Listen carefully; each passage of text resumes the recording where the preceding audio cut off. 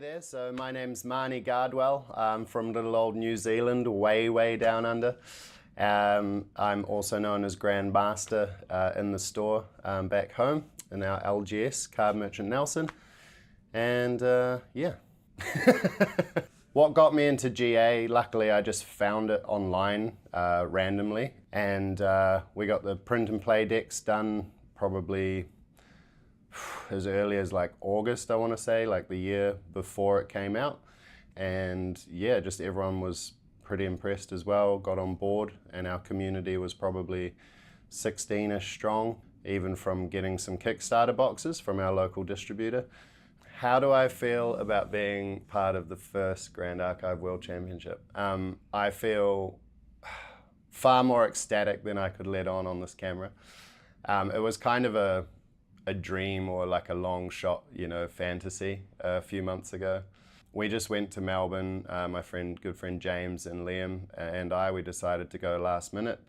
And yeah, round by round, it was just becoming closer to a reality. And by the time I got there, I was just, yeah, I couldn't believe it, really. It's probably my best card playing achievement just to be here. So I'm really happy. You know, it's been a long time waiting, I guess. Yeah. So we have our mats for streaming and just for our players to take and play if they're going to events, if they want to, represent the store. I just thought it'd be really nice to get everyone's message if they wanted to leave me a little note or a good luck message, put their name on. So this is from most of the GA players in our community locally, and even a ton of like Magic players, Fab players, you know, other card game players as well that are just regulars in the store. I left it out on the counter for a few days and just asked everyone to, yeah, jot something down if they felt the need. So yeah, it's really lovely to bring community support with me, and when I'm playing my games tomorrow, I'll be able to look down and just have a little smile while I wait for my opponent to get out the tank. But thanks, everyone. Yeah.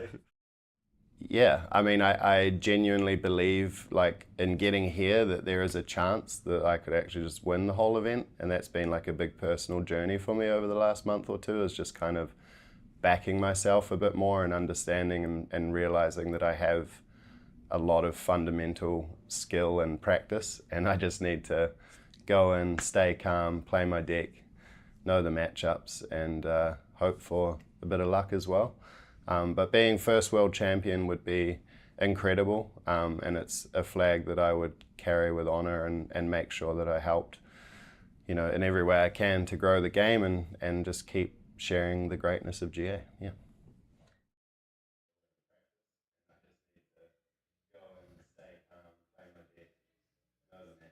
All right, and here's Manny's deck list here. I believe he is the only water player. Yeah. And he's playing water allies, right? Yeah, exactly one water player, and he mentioned in his interview about, you know, fundamentals of Grand Archive, and that is what this deck is all about. Yeah. Lots of interaction, low to the ground allies, just trying to peck away until you can get across the finish line. We do see some Spirit Blade dispersions in this list, which is something that we haven't seen in a long time. Long time. Invigorated Slash, also something I want to highlight. But otherwise, yeah, your normal ally fanfare. Yeah. Yeah, and we are going to see Manny faced up again against Sean, who is returning to our feature match, playing that Arcane Rye that's been making such a splash this tournament. Yes, it's actually this exact same list as the last game from Christian. Yeah. Yeah.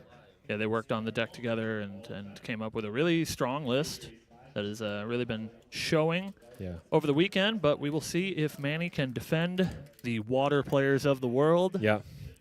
Oh, man, I mean, Manny's interview was such heartfelt. I kind of want to tear up a little bit, too, especially because, you know, he's playing water. It's kind of like your darling element. Mm-hmm. He's playing the allies, so it's like representative of all his friends. I mean, it's, you know, and it's just so nice. And look at the guy. I mean, how can you not like him? He's got a great smile, a great handshake probably, too. So, yeah. Yeah, such great camaraderie, just very positive attitudes. They're playing for a lot, Mark. Like, this is the biggest Grand Archive has ever been. This is the one, the World Championship. But you can see that these players are all smiles, and we love to see that. Yeah, all the well wishes on the playmat itself. It's crazy, yeah. And it's pretty important matchup here. Yeah, both players are really on the cusp here. We're getting close to the end of the tournament, and so for those of you who are following our standings, it looks like players at 4-3 or better are going to make it into the cut. So Sean is right on the edge there. He has one more loss that he can give. Manny doing great this weekend, 4-1, only water player, really really crushing it. Yeah. And it looks like Manny's going to go first. Going to grab that Spirit of Water and draw 7. Look to maybe deploy some threats here, you think? Yeah, I mean, ally deck, you have your Lurking, you have just a bunch of 3-drops, okay, or a Frost Paladin. Yeah. Always a great option there. Even if you don't get the, Floating Memory Banish, I mean, it's just 3 costs for a 3/2.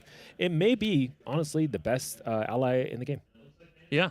Yeah, definitely a good start. And you can feel pretty safe as Manny, knowing that Sean's deck doesn't have a whole lot of ways to interact with your allies. He's going to be looking mostly to play cards like Peaceful Reunion to sort of slow down the game and not allow you to attack, but he's not really going to deal with your board, so you can feel pretty safe about deploying a Frostborn here.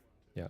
And Sean looked at his deck, Increasing Danger and Gloamspire, Voltaic Sphere, I believe also 2 Arcane Blast, so he likes his hand. Just kept it, and then, draw a card and go. Yeah, I mean, you've got to be terrified as Manny, right? When you play against your Serene opponent, they say, yeah, I'll keep this. This looks pretty good. The whole hand. Yeah. Yes, all of it. All right, so there goes one of the dispersion. But really, that's, more for the last point of damage. So you really don't need that many in hand, and you definitely don't need that card this early in the game. Yeah, just used to get over the finish line, get those last points of damage. We see so many powerful Crux cards in this tournament, but Manny only playing Spirit Blade Dispersion, not even splashing for stuff like Ghost of Pendragon and other powerful Crux pieces. Yep. Frostworm going to come in here for 2 points of damage. We do see that all-powerful Scepter of Lumina now looming on the board, looking to create some mental pressure at any time. That Scepter can start dealing some real damage, and that's really what you have to worry about with these low-to-the-ground ally water decks. That's right. The Scepter also offers other means of getting damage in. Yeah. That's not just combat damage, so always cool. Oh, and of course... Oh, wow. To balance Gildas is always very threatening to see in ally deck here. All right, and the Savage Slash, I mean, he is just really going here. He's really coming out of the gate swinging. That's 8 damage already, and this is only turn 2. And like we just said, we have that Scepter on board, which can offer up another 4 damage next turn should Manny choose to level up to Lorraine. Yeah. Really just putting as much pressure on Sean as possible. Wants to try to get him to pop that Serene Spirit sooner than he wants to. Yeah. I believe if he wants to balance the Gildas, he's probably going to have to pull a Bauble or, GCR for next turn to really keep that Gildas balanced. Yeah, so you're really looking for that 7 influence, right? Correct, That's the sweet spot. Well, and especially since he tossed one Savage Slash into the graveyard, it gets a little tricky there. So yeah. But of course, Savage Slash can also just be used for level up and then deal the 4 damage, and then and then kind of move forward with potentially getting lethal some other way. Right. Yeah. Yeah, just establishing an immense amount of pressure, and we are going to see, hey, maybe that balance math is going to be a little bit easier now. That helps a lot, actually, yeah. So putting 6 in his influence, he can level up and still go to 7. Yeah. Yeah. All right, so we'll see what he chooses to do. Looks like a bit of a slow start from Sean here, just going to play that Increasing Danger, establish that Gloamspire from last turn, but he is under so much pressure that this might not be fast enough. Yeah, quite a bit of pressure here. And we'll see. Manny's thinking about his materialize phase here, whether or not he wants to level up. Looks like he is going to get that Bauble, just play it safe. He's got enough pressure on board. He can balance this Gildas and just put that Scepter in a place that it is always going to be in lethal range is really where you want to be, right? Your opponent has to fear you leveling up and ending the game. Yeah, and because of the Increasing Danger was played by Sean last turn, that actually gives Manny the option to use the Bauble at a later time. Right. Or for emergency purposes, and he doesn't have to use it this turn. So he can deploy a 3 cost here. That'll balance Gildas. And then, like you had mentioned last turn... I think it's going to be that Lurking there. Yeah. Deploy a Lurking Assailant, perhaps? Yeah. I'm feeling Lurking. Let's see what it is. Yeah, exactly. Survey Deploy says. some 3 costs. Oh, okay. Esteem Knight is also pretty good. Doing its best Lurking Assailant impression. 3 cost, 2/3. Yeah. It's a lot of 3-cost 2/3s in Manny's deck here, so many different ways to balance Gildas, like you said too. Yeah. Yeah, so he does have that all-powerful effect on Gildas, getting that +3 power, coming in for a staggering additional 8 damage this turn. Just crazy. It's quite a lot of damage, yep. 16 damage counters already on Ryan. This is turn 3. Sean is not happy to see it. Yeah, and he just one short of having enough for that Resolute Stand. That would have been a great turn to have that stand. Okay. So he's really got to hope for, oh, wow, I was going to say a Dungeon Guide, but hopefully that's not the only one that he had. Okay, there's one more. Okay, it's going to be Arcane Blast and Dungeon Guide. So Blast and Dungeon Guide gone. Does he have another one? Or perhaps something like a Peaceful Reunion? He's really got to stop the bleeding here and get some control over the tempo of the game. Yeah. He does have that Resolute Stand, like you said.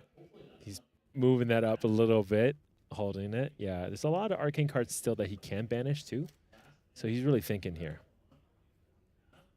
So it looks like we're thinking about is he thinking about another increasing danger mark? We can't be thinking this. I think no, but unfortunately he has to. Part of the problem is that he's at a position where he doesn't have he doesn't have the right cards. So he's going to have to find them. And that puts 3 cards into his memory, and hopefully that's enough. And he can cast this Resolute Stand and hope that gets him across to another turn. And if it does, he might be in a pretty good position as soon as you hit Rye level 3. If you have enough of those arcane cards, you can really put the pressure on, especially Manny only on Water Spirit right now. He really didn't want to banish that Dungeon Guide last turn. Right. Yeah. Looks like it was his only one. Looks like it. We'll see how Sean navigates this. Against a water deck like Manny's, you really have to pick your spot to cast this Resolute Stand. Things like Song of Frost, Frostbind, all very, very powerful tools. There's the level 1 and immediately Resolute Stand. Yeah, so huge heads-up play by Sean here. Going to play the Resolute Stand in response to the level up to play around specifically Song of Frost in this situation. Yeah.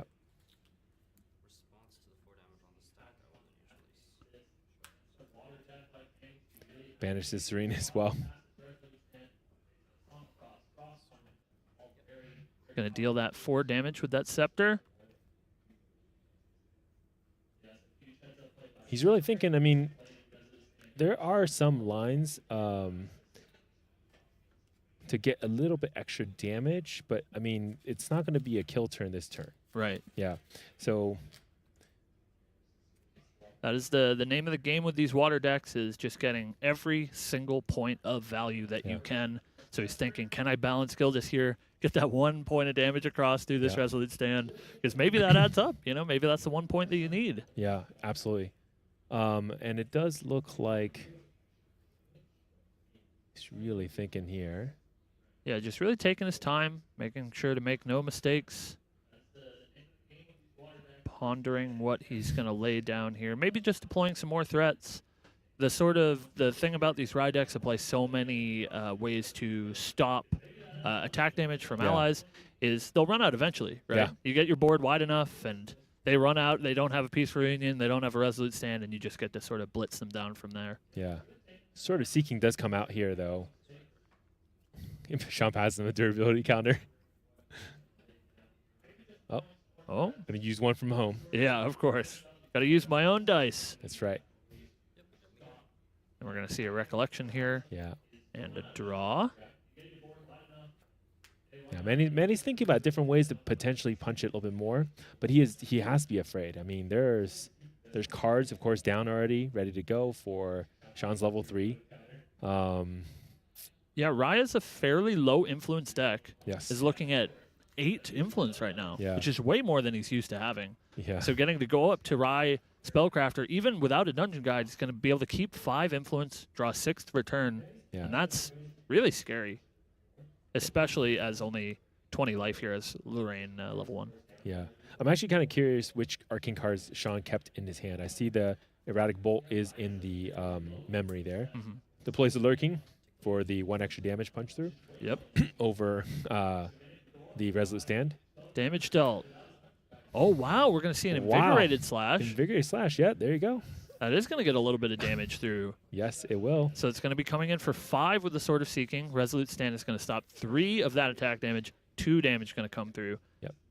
Just getting all those little edges, getting as much little points of damage as you can, putting Sean into a really dangerous position.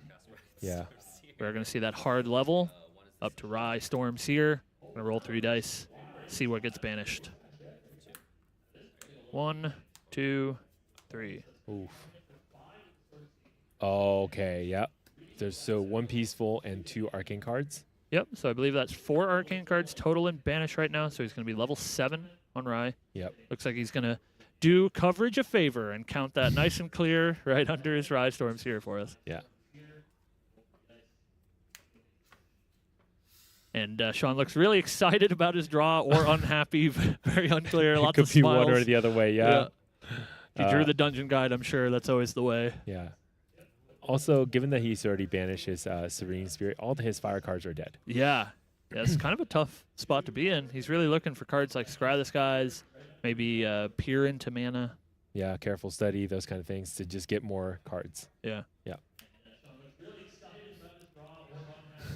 Yeah, Careful Study, really the name of the game. That would be the right card here. The best card in the deck.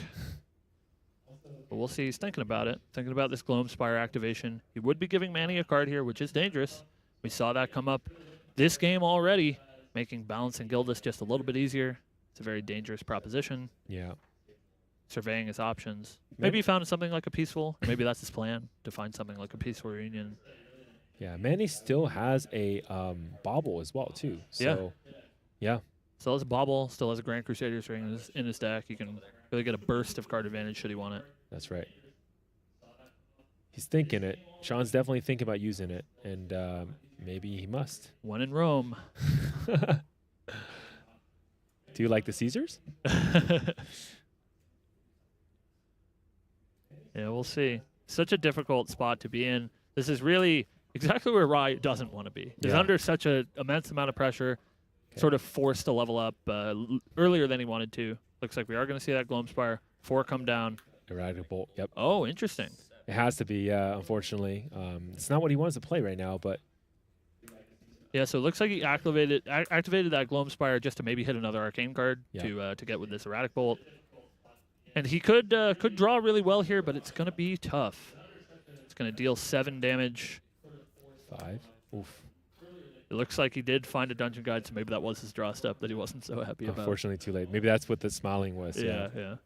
He does get to draw some cards on that, though. So 7 damage is going to be dealt to Manny. 3 cards in the hand of Sean. He's really looking for something like a Resolute Stand that he can cast in his opponent's Recollection step.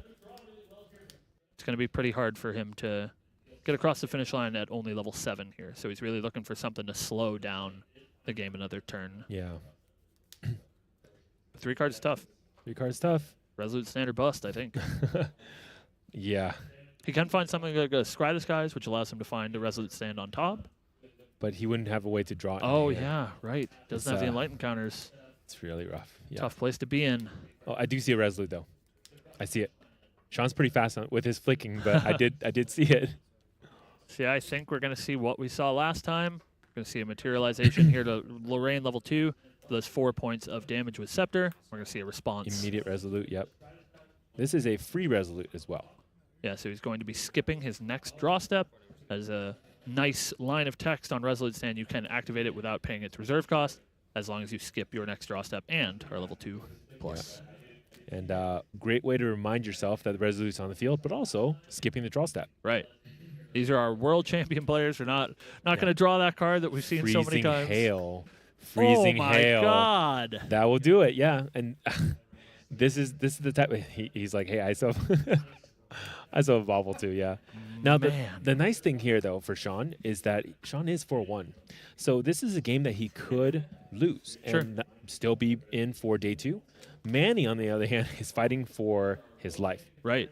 So he really, I guess he has another chance. He can take one more loss, but he really doesn't want to. He really, yeah. You want to lock it in here. You want to lock it in here. You want to have it very comfortable going to day 2. You know, that'd be nicer, of course. Yeah, a really impressive showing that game from Manny. Just so powerful in these low-to-the-ground Allies decks, especially in a field that we've seen this weekend that is lots of level 3 focus, late-game decks playing these large, powerful spells later into the game. But Manny just choosing, take the aggressive route, put some allies on the board, pressure you as soon as possible, and it was a little too much pressure for Sean to overcome there. So, taking a look at sideboards, starting on Manny's side. Looks like we did have Sean playing around Song of Frost's last game, but they are in the sideboard. Unsure if those are going to come in. Probably only really for stuff like Resolute Stand, so I assume those will probably keep themselves in the sideboard. We do have that one copy of Tithe Proclamation, which unlike our last round, it's going to look a little bit more powerful into Rye here, I think. So I think we'll probably see that one come in. But that might be about it. What about Sean? Yeah, and over here on Sean's side, I mean, Disintegrate is really... I mean, I guess you have to run it maybe against the Scepter. There is a Surrender Ash, so the Spurns are going to come in. Yeah. But otherwise, I mean, Pure Mana is always an option, but I think it may not be necessary, and it is a little bit slow too. So, yeah, I mean, the Ally deck is really fast. You really want to be, you know, seeing your Fogs, your Peaceful Reunions, your Resolute Stands, right? And so that's the kind of play that I think Sean's going to be looking for. Yeah, I think you're exactly right. The Spurns come in, help you deal with Scepter a little bit. And that's it. Alleviate a little bit of pressure. Maybe blow up a sword if you're feeling cheeky. Yeah. Even the swords, I think you just leave on the board. I think it's a Scepter or Bust type of thing. Or Bust, yeah. We can also see plays with Spurn, like blowing up the Safeguard Amulet the turn before you're trying to go off, if that is something that that Manny decides to deploy. Actually, don't know if he has a Safeguard. Looks like that's not going to be a problem. So yeah, probably just that Tithe Proclamation coming in. Yep. And we'll go to game 2, assumingly Sean going to be going first. Yeah, and Tithe is a great card for Manny, simply because, well, guess what? He doesn't need to draw that many cards, and he probably never draws 3 on the turn. So yeah, or more than 3, I should say. So yeah. So yeah, we'll see how early we get that materialization from Manny, because it can be a very powerful one, but you do have to sort of establish it early, because sometimes you can get that Tithe Proclamation. It's a little bit too late if they've already found the pieces they need. Yeah. We'll see if he has as good luck this game, Sean, looking at his opening 6 from that Serene Spirit of Fire. He does have increasing danger, so that's a definitely keep. There's some Scry of the Skies in there as well, so yeah. Yeah, it looks like kept 3. Gonna draw 3. Yep. That's oh, and he does have the Spurn Ash pretty early. That's gonna be spicy. This is a great start. Yeah. Exactly what he wants to see. Increasing danger, going to leave a card in Manny's memory for this turn, as he does skip his Recollection step on his first turn.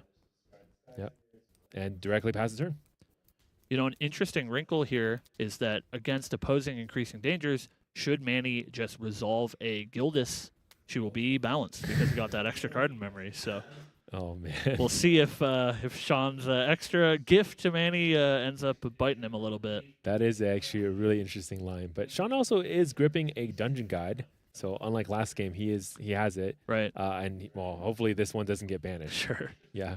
It looks like a great start. Like you said, he has that early Spurn to Ash. You can deal with a Scepter. Yep. We're going to see 3 cards come down. Is it happening? I think you're right. I think you're calling it. The weirdest balance Gildas I've seen. I mean, 8 is a hard number to balance. Right. We'll see. He's thinking about it maybe a little too hard for it to be Slam Gildas for 4. Yeah. Yeah, looks like it's going to be in a Steam night. Okay. It's going to come in for 2. 2. And this can be pretty telling, I think, from Sean, that means no Gildas on the side of Manny. Yeah. Going to see another 3-cost 2/3 get deployed. Yep. Coming in for another 2 damage. Yeah. So many times now, I mean, it's pretty common to see just, you know, playing the Frost Paladin without the banishing floating memory. Yeah. It's good enough.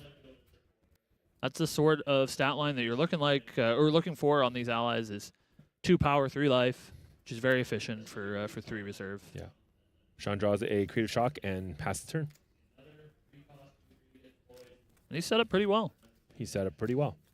Not a tremendous amount of pressure. Has an answer to that Scepter of Lumina. Has a great play for the second turn to cast Creative Shock on his opponent's turn. Yeah. So looking all right for Sean. The play draw is really huge, I think, in this matchup. Yeah. Sean really does want to go first, and we are seeing the benefit there. Okay, banishing 1 for Tithe. Oh, very interesting. There yeah, you so we're go. going to see that early tithe proclamation. Going to really put a dent in Sean's plans. Going to make him split up his card draws between his opponent's turn and his turn. Yeah. So that he does not run into that tithe proclamation. But it is going to be tough, especially on Rye's big combo turn. There's really not a whole lot that he can do without drawing multiple cards, stuff like Scry the Skies and Pyramid of Mana and all these very powerful draw spells. Careful Study going to look a little bit weaker. Yeah, and Manny's going to come in for 4 more. And also Manny is gripping quite a bit of gas. 2 Savage Slashes, 1 Dungeon Guide already in hand. So, and more allies still. So it's quite a bit of options here. There you go. There's the Gildist balance. There's Gildist. We found her. Coming in for 4. Sorry, just 1, not balanced. Oh, interesting. Yes. 1 more. 1 more. Yeah. Looks like we found her a little bit late this game. Yeah.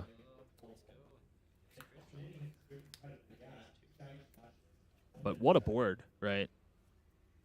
Just starting to get really, really frightening. But it looks like Sean's about a turn ahead of what he was last game. This was the turn last game where he was really put under that pressure and had to force himself to level up. Not exactly when he wanted to, but it looks like he can pretty naturally play this Creative Shock on Manny's turn, level up to 2, and then Dungeon Guide up to level 3. Yeah, and again, he has 2 Spurn to Ash, so discarding that extra 1 is totally fine right now. Yeah. Yeah, and something that we didn't even mention that could end up being huge is Spurn can deal with this Tithe Proclamation if he's really worried about it. Yes, it is possible. All right, so we're going to level up. Rye Archmage. Looking pretty clean on our banishes so far as well. 3 Arcane cards so far. There's another Creative Shock. A Recollection Creative Shock. That is going to cover all of his draws for the turn. Yeah. Once he draws for his turn, that'll be 3. Yeah, and like you said, he has to split his draws. Yeah. Sean would have much rather, yeah. Oh my God, look at that hand. 2 Arcane Blast pulled to the front. And he has that Dungeon Guide as well. He has a Spell Shield Arcane. Yeah. He looks like he's going to have a pretty clean Dungeon Guide here should he want it. Options. It's not looking too bad. There you go. Banish some non-arcane cards here. Yeah. All right, rolling to keep. Going to get rid of an Arcane Blast and a Spell Shield. So he's really valuing those extra levels off of Rye Storms here. And he's going to be a staggering level 8. He's exactly at that Careful Study number. But again, that Tithe Proclamation being kind of a thorn in his side in this situation. Yeah. But it looks like he's just going to pass over to Manny. Does have 3 Enlightenment counters, 1 draw on deck, should he want to cash it in while he's not under that Tithe Proclamation pressure. Yep. But oh man, Manny's got a lot of damage on board. Yeah, it's, I mean, at this point, Rye is at a point where he's definitely thinking about, okay, what is my next turn? How do I get my hand filled again? But having, like you said, 8 levels already. It's a good start. It's a great start, yeah. This is one of the most optimal lines for a Rye player as well, to be able to banish all the arcanes that you don't want and then go to 8. Right. Yeah. So not a terrible position to be in, but can't be happy about seeing all that damage on the board either. Yeah. I don't think that at least the threats on board are quite presenting lethal, but they are getting close. It's going to be at least 7, maybe 10 damage on board if that Gildist ends up being balanced. Thankfully, no Scepter yet on the side of Manny, so he doesn't have to worry about that non-combat damage. And I believe the Dungeon Guide went into the to prevent the Foster. Right. Yes. Oh, very smart. Yeah. Yeah, because that's quite a little bit more damage as well. So definitely that was a interesting play there. We're going to see a Fire Resonance Bauble grabbed by Manny. More cards. Drawing more cards is good. Just a little bit of extra influence. He can possibly use this to balance his Gildist, depending on what his hand looks like. Okay, so it looks like she did get the Foster counter. So Imperial Recruit says if she has not been dealt damage since the end of your last turn, she does get a buff for being fostered. In this case, +1 power. Going to come in for 2. Looks like we're probably going to see a Steam Knight and Frostworn come across as well, and then we'll see if Gildis gets to gain that extra power. So if Dungeon Guide went upstairs. Should Manny's life be 3? I'm not sure. Yeah, I'm not sure exactly what Manny's life total was at. And those little pecks do add up, do cover some important breakpoints. Yep. We'll see where Steam Net is going. Probably just dealing damage to Sean, you think, right? Yeah, I think so too. This dungeon guy's not really going to be a problem. The dungeon guy's not a threat on the board at all. Yeah. So Steam Knight's going to come in for 2. Maybe he's thinking about it. Yeah, I'm not sure who we're waiting on here. I don't think that Sean has a Resolute stand. Otherwise, he probably would have fired that off. So Manny just weighing his options, saying, maybe I do deal with that dungeon guide. Is she going to be a problem? Do I have enough pressure here? Because if Manny can't present lethal damage, maybe he's a little bit more worried about cleaning up the board. Sean's sitting back and taking a sip of his water. Yeah. Maybe Sean says, my job here is done. You let me know. You know. Maybe not much for me to do here. Right. Yeah. You let me know when I'm good to go. I'll start casting some arcane spells. Yeah. I'm looking at Manny's paper also. It does look like it went upstairs. I see a 3 under the 2. Eagle eyes. So maybe... Uh-oh. So it looks like we are figuring out what exactly happened with this dungeon guide last turn. So that is what the holdup is here, to see if dungeon guide, if she deals 1 damage to that Imperial Recruit, will prevent it from being fostered. So we're just getting that figured out. We'll get that cleared up for you in just a minute. Looks like Sean's doing some counting. Is this enough to kill me? Yes, no, maybe. 14 is correct. 14 is correct. He's sweating over there. But yeah, nothing but smiles from our players as they get this figured out. I think honestly, Sean is probably in a position where he's a little bit comfortable, Sure. so he's not as worried about this game, right? Of course, as Manny. So, yeah. Sean's taking the Vegas approach. He's definitely taking the Vegas approach. If you got it, you got it. If not, cool. We may have to get Sean a lawn chair. Yeah. In here instead of that chair he's sitting on. He really wants to be leaning back with his drink. Get him some sunglasses, a pina colada. You can relax and take it all in. I'm really, I'm always happy to see players so relax. It's always fun. Yeah. Yeah. Yeah, in such a high pressure situation too. It's great to see them just having fun and really enjoying the game. Exactly. So yeah, we'll see what these players figure out. Okay. So it looks like we are back to Manny. So we did take it upstairs, it looks like, and Manny's going to be putting down 3. And I think 3 with a Snow Fairy does balance his Gildas, as he does have 3 in hand now. Yeah, balances Gildas and also, I guess, sleeps the Dungeon Guide. She's feeling a little frosty. Okay, so Sean's going to draw a card on this. It's not a Resolute stand, I'm thinking. Yeah, a little too late here. Yep. So 4 is going to bring him up to 18. Another 3 is going to bring him to 21. Yep. We'll see if Manny decides to respect the Chalice of Blood, which is a very powerful tool that Rai has access to, so long as he has taken 20 damage counters. And it looks like Manny says, you go for it. 21 points of damage. You take your 2 extra cards. I'm not so worried about it. Manny also has the Savage Slash, but he's probably more likely just going to pass the turn here. Yeah, Frostbind, a really powerful card in a matchup like this, especially with Rai so low on influence. Manny can sort of hold Sean hostage and make him play around this Frostbind for the entirety of his turn. Yep. So it turns this Chalice of Blood basically just into Frostbind protection. Yeah, you're right. And Chalice of Blood is great, but the Tithe Proclamation is on the board as well. That's true, yeah. So it does make it a little bit worse. Yeah, it makes it a little bit harder to play it.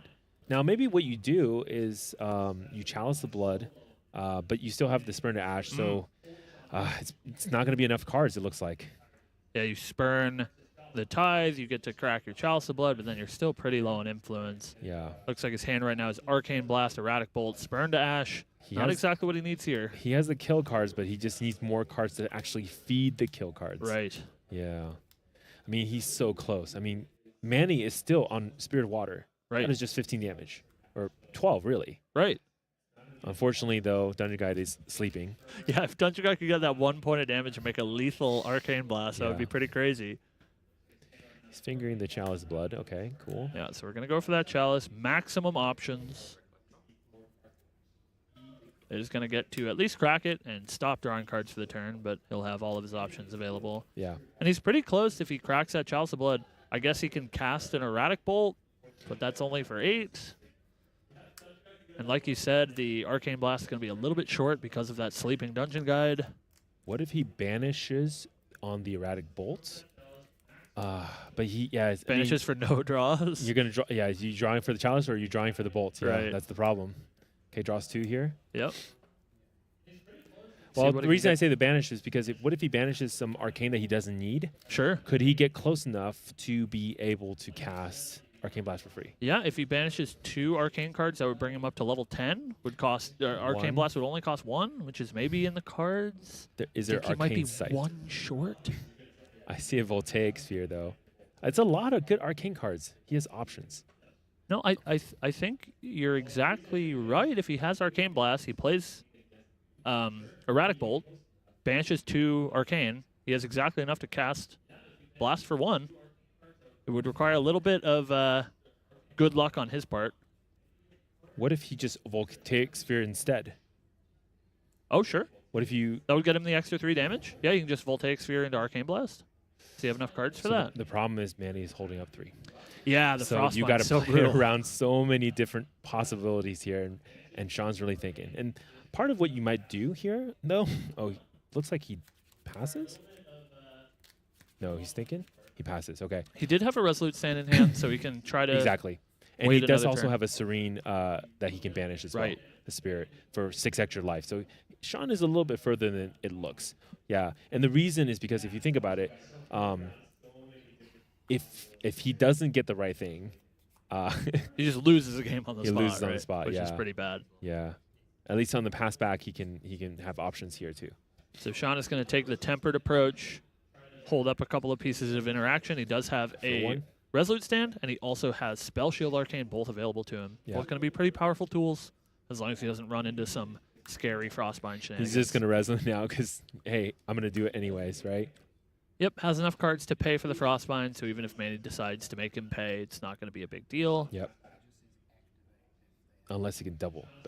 But So Manny thinking about the interaction here with Fire Resonance Bauble. Yep. So interestingly, the way that this works is if you crack Fire Resonance Bauble, the only thing preventing you from activating that is being able to pay the cost. So there's no way for Sean to stop Manny from activating that Fire Resonance Bauble as long as he has opportunity. yeah. So you are going to see that extra card and a card drawn for turn.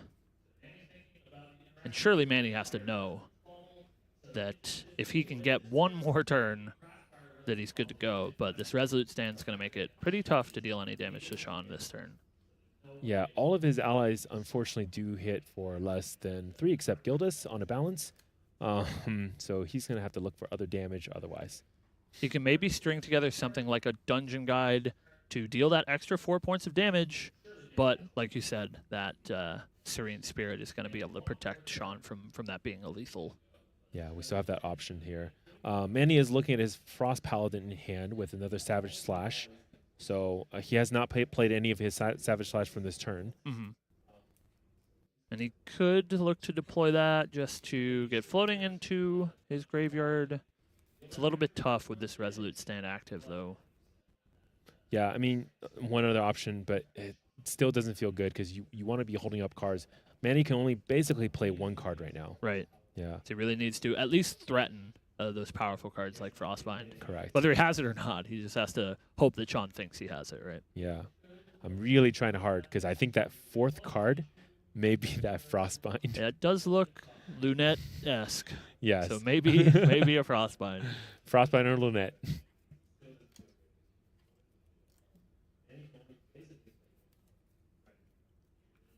All right, so really thinking. Because on Manny's side, too, he's thinking, like, if this turn he doesn't get it, it's very, very risky, and he may lose just next turn.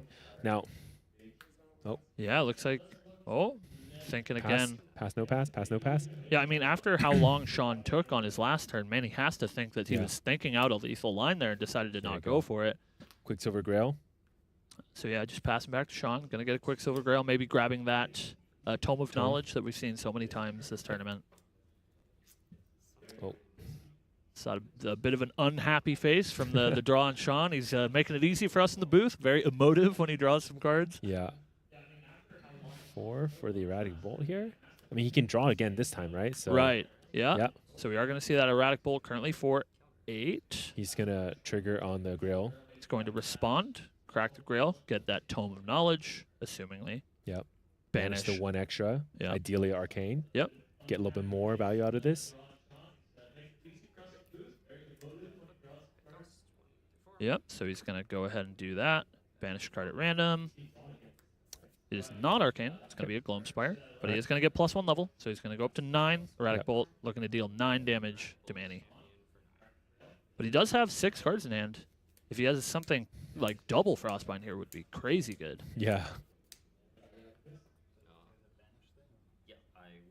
So Erratic Bolt looking to deal 9 damage, and then it will banish 2 cards at random from memory to draw 2 cards on resolution. Yeah. So it looks like that has resolved. Manny takes 9. 2 cards are going to be banished. Oh, Both 2 Arcane. more Arcane, and that fuels the Arcane Blast perfectly. Yeah, so this allows him to cast Arcane Blast for Also, free. It's basically a nice little check. I mean, obviously it doesn't mean everything, but you know, it's a check for Frostbind, right? Right. Yeah. Yeah, this Erratic Bolt drawing 2 cards allows you to pay for Frostbind. He just throws the Arcane Blast onto the table. Yeah. Unfortunately, that may be all she wrote. We will see. Manny considering his options. They can pay for it? Going to take the option to pick up his cards and die to this Arcane Blast. Yeah. So yeah, just really powerful for Sean to be on the play. Yeah, right? and you notice that game too. Tithe was played. Yeah. And Sean every single turn played around the Tithe. Yeah. Yeah. Yeah, we've come sort of full circle in the lifetime since FTC when Tithe Proclamation was released. Yeah. Where it was sort of everyone felt like it was the silver bullet card to stop Rye players, but then the Rye players have adapted and have sort of built their decks to be able to play around Tithe Proclamation. Yeah. And we saw, even though it was a bit of a thorn in Sean's side, he was able to navigate through it. Yeah. The other fun thing I'm noticing too is, you know, that Quicksilver Grail, grailing the tome. The reason you may want to do that is just getting more control of the memory of what card you banish and when you banish, right? More importantly, you don't have to do it on the materialization phase. You can do it whenever you actually need it. So it offers the right players a lot more option that normally they're kind of forced to get the tome on the materialization, but with Quicksilver, get it anytime you want. Yeah, really smart that we're seeing almost all of these Rise decks, and I think all of the Rye decks in our tournament doing that main deck, Quicksilver Grail, for exactly that reason. Yeah. Where, you know, a combo deck like this, you would assume they want something like Grand Crusader's Ring for that extra card advantage. But yeah, it just really shows the power of getting to pick your spot when you resolve that tome. Yeah, maybe the Rise think that they can draw enough anyways without it. So right. Yeah. All right, so we're going to go to Game 3. And as Sean won the last one, we have to assume that Manny's going to choose to go first, as it's so powerful for this Rye deck to be able to go first. So we'll see. Manny draws 7. Yep. Yeah. There is a certain line of play where you kind of force the Serene to go first because they're going to be down a card. Sure. And you're actually going to be up a card. Now, it does make balancing Gildus a little harder to draw 8. So, yeah. Going first, mostly for this Ala deck, not too bad. The other reason why you may want to go second is with Ala deck, you actually can't swing into nothing. True. So, you know, having the Spirit out there, punishing him with one less card could actually be kind of effective. And we do see exactly that. Manny deployed a couple of threats, but he couldn't do anything with them. Yeah. So he did, miss 3 points of damage by going first. And we'll see if that ends up being the decider. Yeah. So we're going to see the glimpse from Sean. See what he wants to keep. We do see a Resolute Stand, a Creative Shock, a Spurned Ash. All pretty good in the early game. Yeah. The other fun thing is also, given that it's a Rye deck, that Imperial Recruit is almost guaranteed to foster. Right. Yeah, they don't really have a great way to deal with that. We saw last game the only possibility to deal with that Imperial Recruit was a Dungeon Guide on turn 3. So yeah, definitely going to turn that Imperial Recruit into a 2-cost 2/3, which is quite strong above the cost curve. See a slight nod from Sean as he draws his hand, being very kind to us, giving us all sorts of information about his hand. Yeah. He likes what he sees, and increasing danger is the way. I love it. Love to see it. If you're a fire player, just draw more cards. Draw more cards. I believe Arcane Shield, Special Arcane goes into the memory as well for Sean. And that's exactly what he wants. He wants those arcane cards to be able to banish. Yep. 2 level up. Yeah, and for this matchup, Arcane, especially Arcane, is a little bit less useful. You're not blocking any big turns. There's going to be a lot of small peck damage. So, yeah, that card you can lose. Go for more Resolute Stance. Feels a little bit better. Right. Yeah, definitely okay with losing that one early. Yeah. And he's thinking if he wants to do anything else, but something that you had mentioned in regards to Quicksilver is he's really worried about control over his memory. Yeah. So even though he has something like a Creative Shock, maybe he doesn't want to cast that so that he has complete control over his memory. Even as a Peaceful Reunion, he wants to start mitigating some of that damage. Yeah, I love the Peaceful because I don't believe we've seen it among the last 2, or this and the last Rye player. I know it's in the deck, but we haven't actually ever seen it resolved. Yeah, going to be really good in this matchup, especially like last game we saw the wide board that Manny had created as early as turn 2, and it really just shuts down that for an entire turn. We're going to see that early Tithe Proclamation. Again, really good play. Oh no, Gildas. But yeah, really going to make it difficult for Manny to navigate this Tithe Proclamation. Okay, turning that Knight sideways for 2. And then the Imperial Recruit comes in for 2 as well. Now fostered, getting that extra bump of power. Yeah, I heard 3/2/3 is pretty good. What about a 2/2/3? 2/2/3 seem even better. Yep. Okay, 3 cards goes down. And I was yet going to another. say, if he had another Gildas. Yeah. Yeah, okay, 2 more. But it looks like we just have an Esteem Knight. Has Intercept. Who cares? Yeah. He's coming in for 2.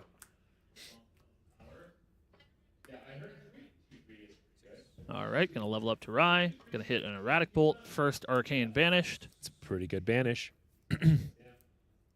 Pick those up. I did not see... Oh, so it looks like we're going to see a Creative Shock in his Recollection step. Yeah. Just get a little bit more information. Maybe dig for something like a Dungeon Guide, which I don't believe that we had seen in his hand yet. Yeah. He's also waiting for this turn, too, because he can discard a fire card and do the 2 extra damage.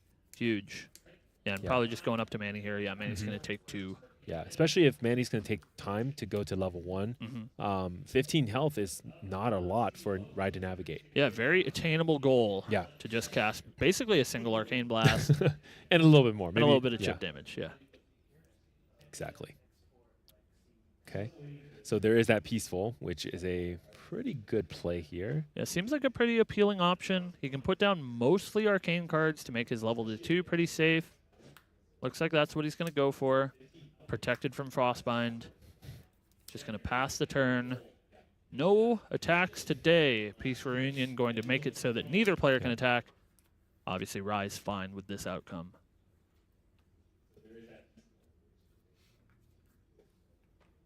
And we will pass back to Manny. Always so difficult for these ally decks to navigate their peaceful turns, but they don't really have a whole lot to do. So you have to think, how do I use my resources the most efficiently when I really can't do the game plan that my deck is designed to? What do you think? Oh, I was going to ask you Scepter or level up, but yeah, it's Scepter. Yeah, looks like Scepter. Yeah. Like you said, I mean, going to Lorraine here, like, what are you really going to be doing? Right. Scepter actually sets up better for the Lorraine next turn. Especially if, Manny may be thinking, do you have more Peacefuls, right? How do I navigate around pure attack damage? Right. Right. I need some spell damage. Yeah. So, yeah. Yeah, just really showing the power of Scepter of Lumina. Great card. Great Proxy's Vault card. Great addition to Grand Archive. Yeah. Yeah. Holding up water, and we see Manny making great effective use of that Scepter in this tournament. Yeah. But we'll see. Looks like Manny might deploy another threat. Keep up those 3 cards for something like a Frostbind. Just for surveying his options. I believe he's actually down to 6 influence, so he has to decide whether he wants to deploy something here or keep up Frostbind, but unlikely he can do both unless he has a 2-cost, something like an Imperial Recruit. Yeah, he's thinking about his options here. Definitely holding up 3 is a great play for him, but maybe it's okay because Rye is still just level 1. He probably will have another turn at least. So yeah, I think you're exactly right that even if Sean goes level to 2, Dungeon Guide to 3, he's not going to have enough influence to do a whole lot. Yeah. So he'll at least get one more turn. So maybe Manny can just decide to deploy another threat here and put as much pressure on the board as possible. Yeah. But it is a peaceful turn, so it's very peaceful in the battlefield. Nobody's going to be turning sideways. Everybody's just going to stare at each other. Yeah, he's really thinking about it because 3 is a heavy price to pay. There you go. Deploy another ally past turn. It is going to be a Frost Paladin. Yeah, so it looks like, yeah, he took exactly the line that you were describing, put a little bit more pressure on the board, understand that he's probably going to be pretty safe this turn. Okay.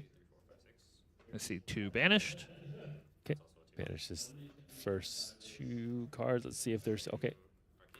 Arcane Blast 2. Yeah, Arcane Blast and Voltaic Sphere.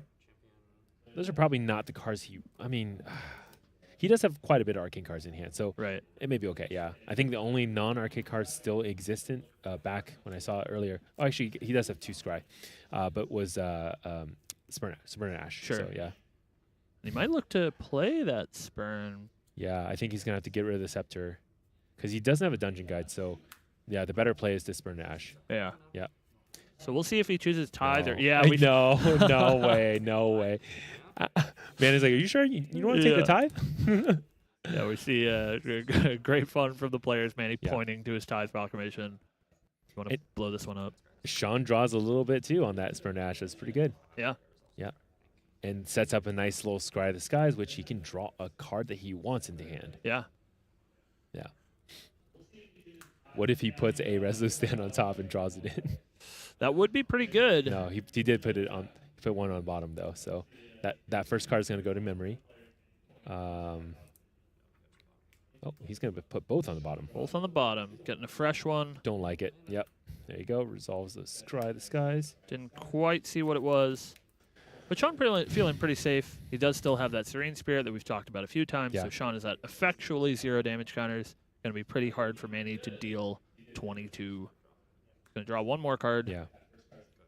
And then pass the turn.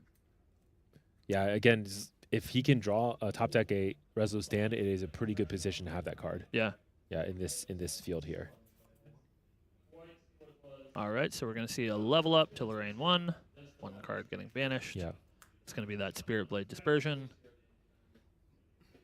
Yeah, we haven't seen the Dispersion being used. In fact, we haven't really seen Manny go up any higher than level 1 Lorraine. Right. Yeah. Yeah, I mean, the name of the game here is all about pressure. Pressure, yeah. Yeah, he hasn't had the time to go all the way up to level 3. Yeah, and the turns that he's not, either getting a Bauble or his Scepter or the Tithe, I mean, so that's quite a bit of different options he has, instead of the level up. Mm-hmm. Yeah. Okay. So we're going to see Ornamental Greatsword be the sword of choice here. Going to get +1 to target ally. Targeting the Frost Paladin there. Mm-hmm. She's going to pretend she has the buff counter and come in for 3. Yeah, and Manny's representing, is that 9, 10 on board, it looks like? I believe so. Yeah. It doesn't kill right away, but it does put him at a really nice spot here. And again, with one card in hand, Sean's, I mean, at this point, you've already checked. It's not Resolute Stand. Right. So, yeah. Yeah, you're free to deal as much damage as you can and really just put the pedal to the floor and make Rye sort of go off sooner than he wants. Now, Manny does have a Savage Slash, I think, so that could push damage a little bit more. Again, it doesn't kill. And actually, I guess nicely, it doesn't put you in activation for, Invigorating Slash. Oh, huge. For 4. It's going to be for 4. So not using the sword. Okay, and then pass the turn. Yeah, and this is, again, does not put him in range for the Chalice of Blood. Yeah. Really smart play there. Yeah, very smart from Manny. Because he could, Sean could get a Chalice here and then Dungeon Guide up to Rye level 3, and that would just be disastrous. So he's going to choose to keep him at that 19 points of damage dealt. So what do you think? Sean's going to go for level 3 here? Yeah, if he doesn't have a Dungeon Guide, he sort of has to. But it brings him pretty low in influence. Down to 3 influence is not exactly where you want to be. And I didn't see any Careful Study in his hand. He does have that one Scry the Skies, which could help him get sort of a burst of card advantage, but he does also have to contend with that Tithe Proclamation, which makes those turns a little bit rougher. Yeah, Terrafring is another option here for Sean. So potentially Terrafring and then maybe hope for a Dungeon Guide? Yeah, that could definitely be the play. Looks like he's surveying his options. Now, is Terrafring enough? Oh, okay. Okay, so it looks like he's going to get the Grail. Probably grab that Tome as usual. Maybe he does have a Dungeon Guide. He can set up sort of a perfect Dungeon Guide where he puts down 3 Arcane cards, plays the Dungeon Guide, and then uses that Quicksilver to banish the last Arcane card. Looks like he's going to start with the Scry the Skies, so he hasn't found exactly what he wants yet. Yep. Gonna look at 2. I'm actually really curious what he put under the Grail. I think... okay. We'll see. Could be something like a Terrafring. Yeah. But, yeah. Perhaps he's worried about a Fracture Eyes of some sort, but yeah. man, he doesn't have the influence right now to cast it. Okay. He's going to put one on down, top. one bottom. Draws that one into memory here. Another peaceful. Okay, there you go. Perfect. Yep. Just going to take one more turn off and think about maybe leveling next turn. Yeah. Such a frustrating play pattern to play against as Manny, yeah. where he's just got such a huge board that he really just wants to crash in with, but keeps being told it's time for peace. You know what I think is under the Grail? Safeguard Amulet. Oh, interesting. And the reason I say that is because Sean must have had the peaceful already in hand. And so what he's saying is, look, you can't get me on the ground. You can't get me in the spell category. Right. Either way, right? So he's going to try to really, because he's seen the Chilling Touch, right? The Freezing Hail. Hail, we saw those Freezing Hails out of nowhere close out a game. He had 2 of them, too. So this is really going to help if that's a possibility here, too. Yeah, I think that would be a super smart play. Yeah. We will see. Both players pretty low on influence. Yeah. So Manny's got to navigate this tricky situation. I think Manny just gets some sort of card draw here. Does he have a... He does have a GCR as well that he has... he has not used. Can grab a GCR. Yeah, it probably doesn't want something like a Life Essence Amulet. Those are probably not getting it done. Yeah, not in this game. Yeah, but that is a great and fun inclusion. Since the starter deck days, I have not seen Life Essence Amulet. Yeah, and now we're seeing it at the World Championship, right? Oh, actually, the Fireball was going to come in. I guess he has not used that this game yet. So, all right, so he's going to go to 5 and now go to 6 influence. Build that hand up just a little bit. Yeah. Make it a little bit easier to continue pressuring Sean. I see 2 go down. Ooh, okay. So This puts him in a pretty good spot where he can put 2 down for an Imperial Recruit and still have 3 cards in hand to threaten something like a Frostbind. Yeah. Okay, so Imperial Recruit comes down and then past the turn, Sean goes for a Chalice. And he did also fan through. It's not a Safeguard, it's a Tome underneath. Like you said. Yeah. We'll see if he has a Dungeon Guide, but he didn't have one last turn, and it's a bit shocking to see him not go to level 3 and decide to get this Chalice. So maybe he found one with that Scry the Skies. He did keep a card and draw it into memory. Because he does really need to start furthering his game plan. Okay. There it is. There's the Dungeon Guide. Nice. So yeah, we'll see assumingly a nice perfect Dungeon Guide here. 2 get banished to Dungeon Guide. And then the 1 additional gets banished to this Tome of Knowledge. And he can get all of the cards that he doesn't want out of his hand.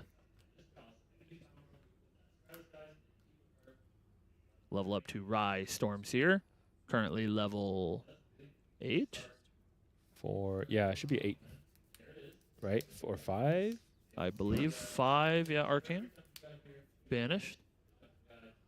We are going to see that Quicksilver Grail get cracked. Tome of Knowledge come in. Banish that other card. There's the... Oh, actually, no, that should make it 5 now. Yeah, I think there's 2 peaceful in there. Oh, gotcha. The foil and the peaceful makes it really... It's a little hard, yeah. So he's going to be 5 Arcane and then the 1 level from the Tome. From the Tome. So level 9.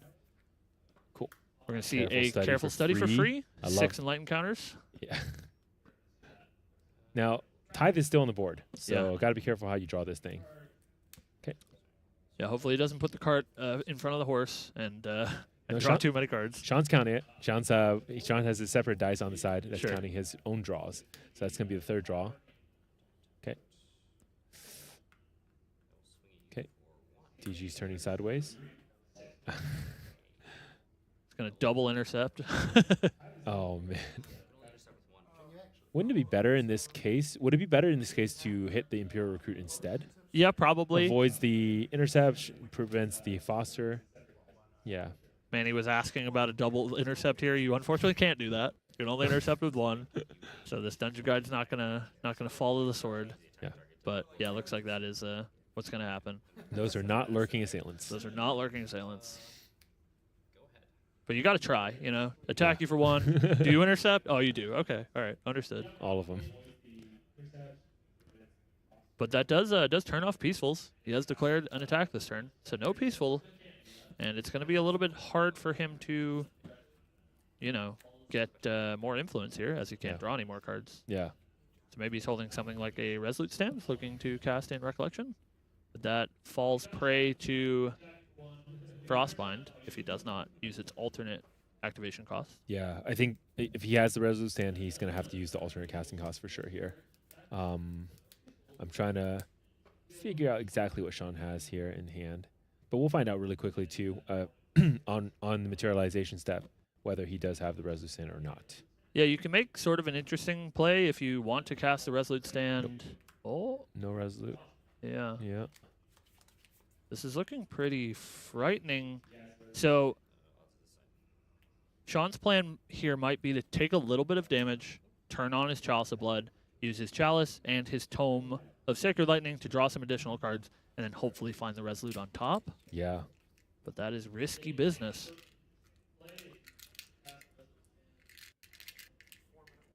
This is fun. Here we go. Turn sideways for 2 damage. 2 coming in.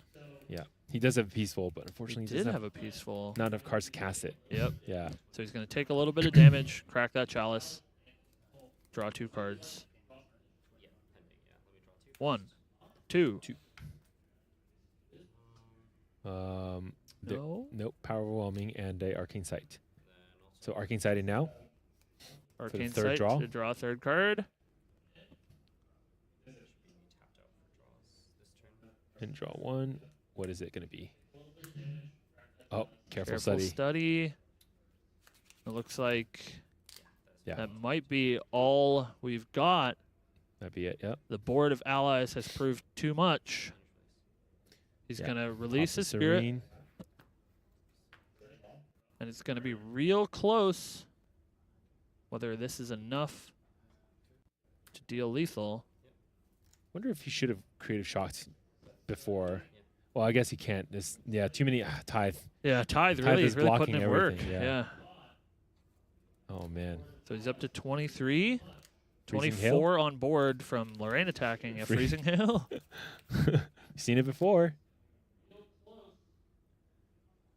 Oh man. Man, he's staring him down. Do you got it? And Sean's making the smile is good. Go for it. Just surveying all of his options, making sure that he doesn't make a misstep. Any misstep can be your downfall against this Rye deck that's so explosive. So he just wants to make sure he's making the right choice. Yeah, I think in this position too, Manny has to make the lethal push, right? Right, I think so. Regardless of what, I mean, even if he has a way around it, you still have to try. Yeah. Yeah. Yeah, really have to put Rye on the back foot. Right, because the worst thing that could happen is that you make the lethal push and Rye has a response, pass the turn. Because if you pass the turn, you're also going to be pretty stuck too. So, yeah, I think Manny's just double checking, triple checking, because it's a very important turn right here. Yeah. Yeah. So it looks like he's going to put 3 down. Here's another. Yep. Play Frostborn, attack for 2. That's going to be it. And that's going to be it. Oh my gosh. Manny takes it down. He's so happy because this is the game he needed. Yeah, so that puts both of our players here, Manny and Sean, at 4-2, which they should be safe. Well fought. Oh my gosh. For day 2. And Manny has to be so happy about this game right here. Again, he does have another chance if this was not the game, but you don't want to be, going to game 7 and fighting for your life, right? Yeah. That is not a good position. And look at that ally board. So scary. There's 6 allies on board. Yeah.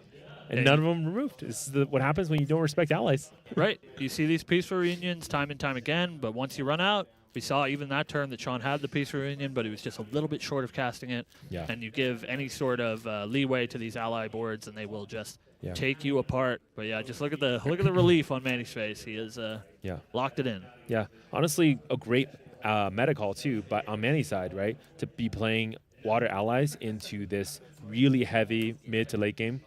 Yeah. Champion. So yeah. Yeah, it's better. especially, we saw over the season in the U.S. region specifically, water had been very, very popular. Yeah. And so a lot of us were shocked to see that there was only one water Only player. one water and only one. Yeah.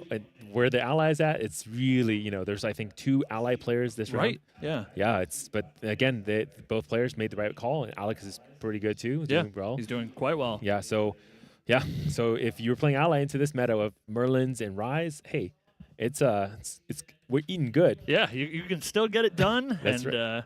We are seeing Manny do that.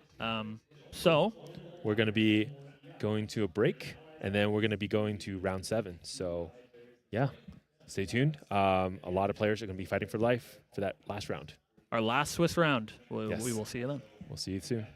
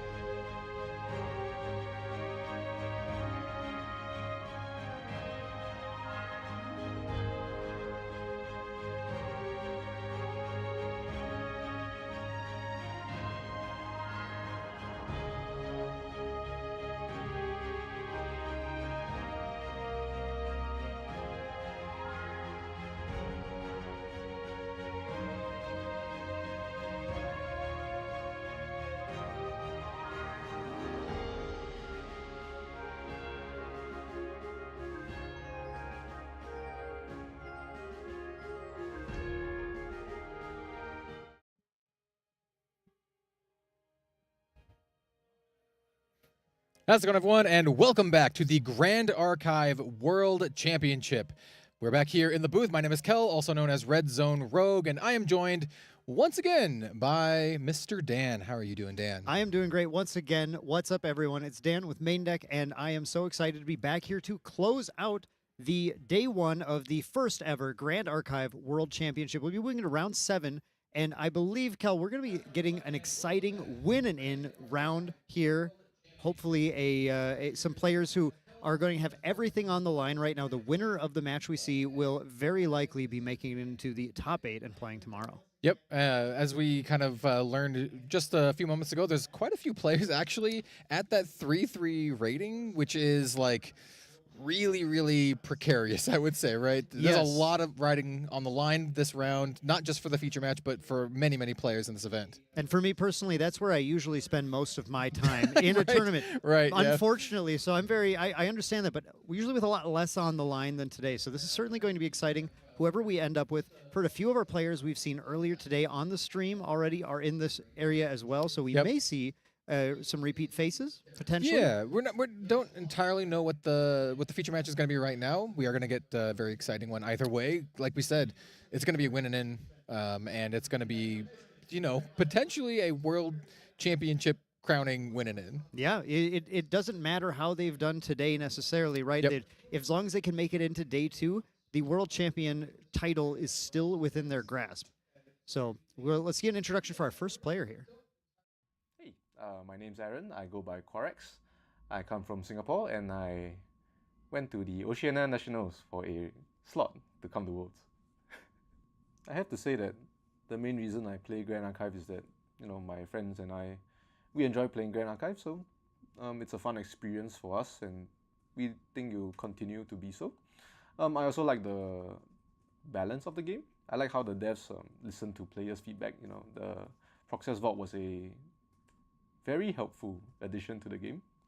Yeah, so the game has been fun. I would have to say my favorite card would be Peaceful Reunion, because if you ask me, I think that card is busted, and eventually, considering the game design, it will get banned. So yeah, and the art on it looks good. So that's my favorite card for now. If I were to win the whole thing, maybe quit playing and become an ambassador, and get to say that I am undefeated in Worlds, because I will never play again. All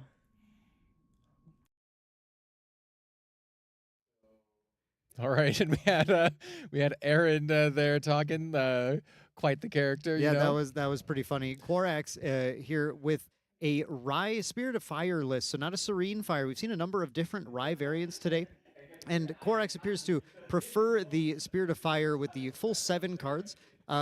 Trusting in the heart of the cards to not see the wrong cards in the first turn. Right, yeah. I mean, having that extra card can, make the difference, especially in a deck like this where you really just want to have as many cards as possible so you can kind of pop off and, fireball your opponent to victory.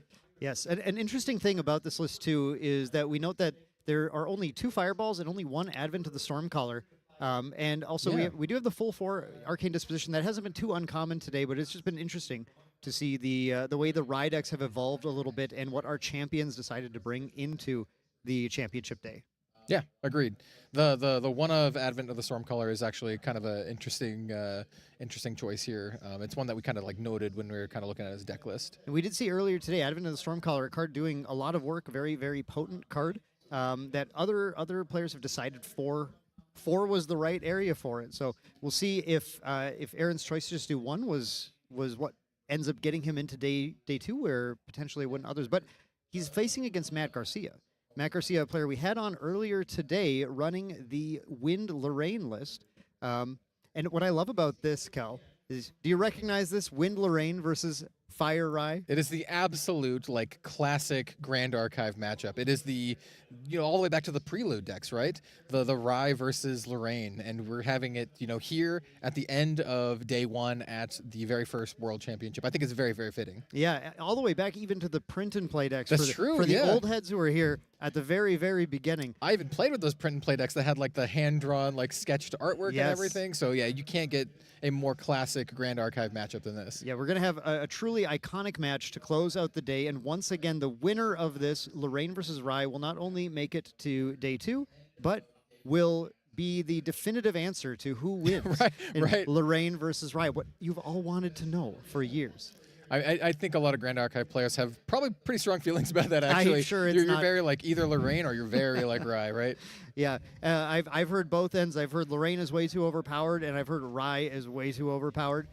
So it's nice to see get this definitive answer once and for all from the Aaron versus Matt matchup.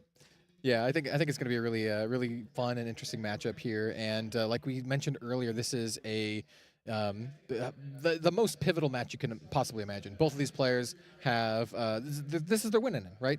This is what's going to get them to the top 8 of the World Championship, and this is where chips are down, all the marbles are in, and that's a saying, right? All the marbles are in. Marbles are in. That's a saying, right? Are in. Yeah, absolutely. Thank you, Kelvin, for that. That is wonderful. All the marbles players are cringing, but that is all the 2 marbles players. The two of you. You know who you are. But I mean, this is, for these players, this is probably also the most nerve-wracking match, and to be put on stream, there is an extra level of pressure that the players are going to be facing. So, for sure. It'll be interesting to see. We have seen throughout the day a couple of little missteps happen from players. Certainly gets more possible. I mean, it happens in this situation. It happens to everybody. I'm certainly not saying that that's anything bad, any player in particular, but it does mean that in this matchup, these two players they're going to have to pull it together, because this is going to be a tight fight. Yeah, you said it. The pressure doesn't get higher than this, right? You have the feature match. You have your winning in at the World Championship. This doesn't get much tougher than this. Do you have a player that or not a player, but a deck that you favor in this matchup, Kel, between Rye and Lorraine, in your experience? That's an interesting call. My inclination is the aggressive ally list, right? Because Rye is a deck that needs time to set up, so he can get to the point where he can just kind of like kill you out of nowhere, whereas the allies can just kind of like start jamming, and then they also still have like this kind of like late game combo-esque kind of potential with all of the crux cards, right? Yep. So it's like operating on multiple axes where they can pressure, and sometimes they can just kind of like, hey, I have enough allies, you don't have enough ways to stop me, I can just run you over. I do want to give a little bit of credit to Rye's possibility to also just kind of like draw the nuts and blow you up out of nowhere. Yep. So yep. I think it's like fairly close. I mean, that's probably one of the reasons why that's such a classic matchup, right? Because 2 very distinct playstyles, but they match up pretty well against each other. And it's all dependent on, you got enough allies, you got enough, draw and combo potential, and But yeah, I'm glad you said that, because I think this is a matchup where it would be very difficult on the outset for us to determine who is going to win this. Yeah. For several reasons, but not only does Lorraine packing a lot of fast damage that can deal a lot of damage to Rye, but Rye main board 4 Peaceful Reunion, 4 Resolute Stand, 2 Vanish from Sight, plenty to survive, plenty to get there. It's one of those interesting things where he's got a lot of ways to essentially like fog it, right? Yep. To prevent the damage or make it so you can't attack. But at the same time, he's not running a ton of like board wipes, and it's one of those things where if you stumble once, those allies are going to come like crashing on in, and it could close the game pretty quickly out of nowhere. We've seen ally lists be able to make their 2 attack dudes into much bigger threats than they would seem. One thing in my experience with this particular Win Lorraine list is that this really hinges often on getting to that level 3 and using, obviously Ghost of Pendragon, but using cards like Spirit Blade Ascension, looping Prismatic Edge to really try and take the opponent out of the game. Rye is a deck that is fairly resilient to that, though. Not only is Rye just going to draw so many cards that using Prismatic Edge to make him lose cards with your win cards is not huge, but to the point where it can even backfire, because you can banish his arcane cards and increase his level even That is further. true, yeah. It's a random banish on the Prismatic Edge. So so going into this, Matt might have some of his lines that he relies on for taking control of the game are maybe a little less live against Rai. He's really going to have to push this Phalanx Captain, just Banner Knight aggro strategy, push that damage out fast enough. So, yeah, I mean, I can't wait to see how this is going to turn out. I would also note that Matt Garcia with a Viridian Protective Trinket in the main board. Interesting call. Expecting to see water. Only one water player exists. Yep. Well, for day one at least. For day one at least. But yeah, this is a day one list. So, and that already, that's another card down. True. Going into this Rai matchup. Yep. That's one card that is going to get immediately sideboarded out. And that is very relevant, right? Yep. And the Rai list, on the other hand, with the Wind Resonance Bauble main, as well as the water and the Viridian Protective Trinket. Actually, this is an interesting material deck. Just covering your bases here, right? He's got the answers to several different decks, but assuming that just going to not need the entire material deck with Rai, get there and just start popping off. So. Yeah, Aaron's list is actually quite interesting. You're looking at the sideboard. He does run the Serene Spirit in the sideboard, right? We talked about not running it in the main, but having that extra ability to gain some life in the sideboard could be super relevant in matches 2, potentially match 3. And you also see stuff like Vanish from Sight, right? Like the extra protection. Yep. So I think we're at least going into round 2 of this particular match. I think we can see like the matchups being a little bit more intense. Yeah. Absolutely. Notably, too, the Chalice of Blood in the sideboard. So yes, actually, yeah. Interesting choices from Aaron. Chalice is usually that kind of like clutch card for Rai to close the game with. Yep, it's your super GCR when it works. Yep. And in this matchup, are we expecting? Matt is typically he's got the 4 dungeon guides just like Rai does.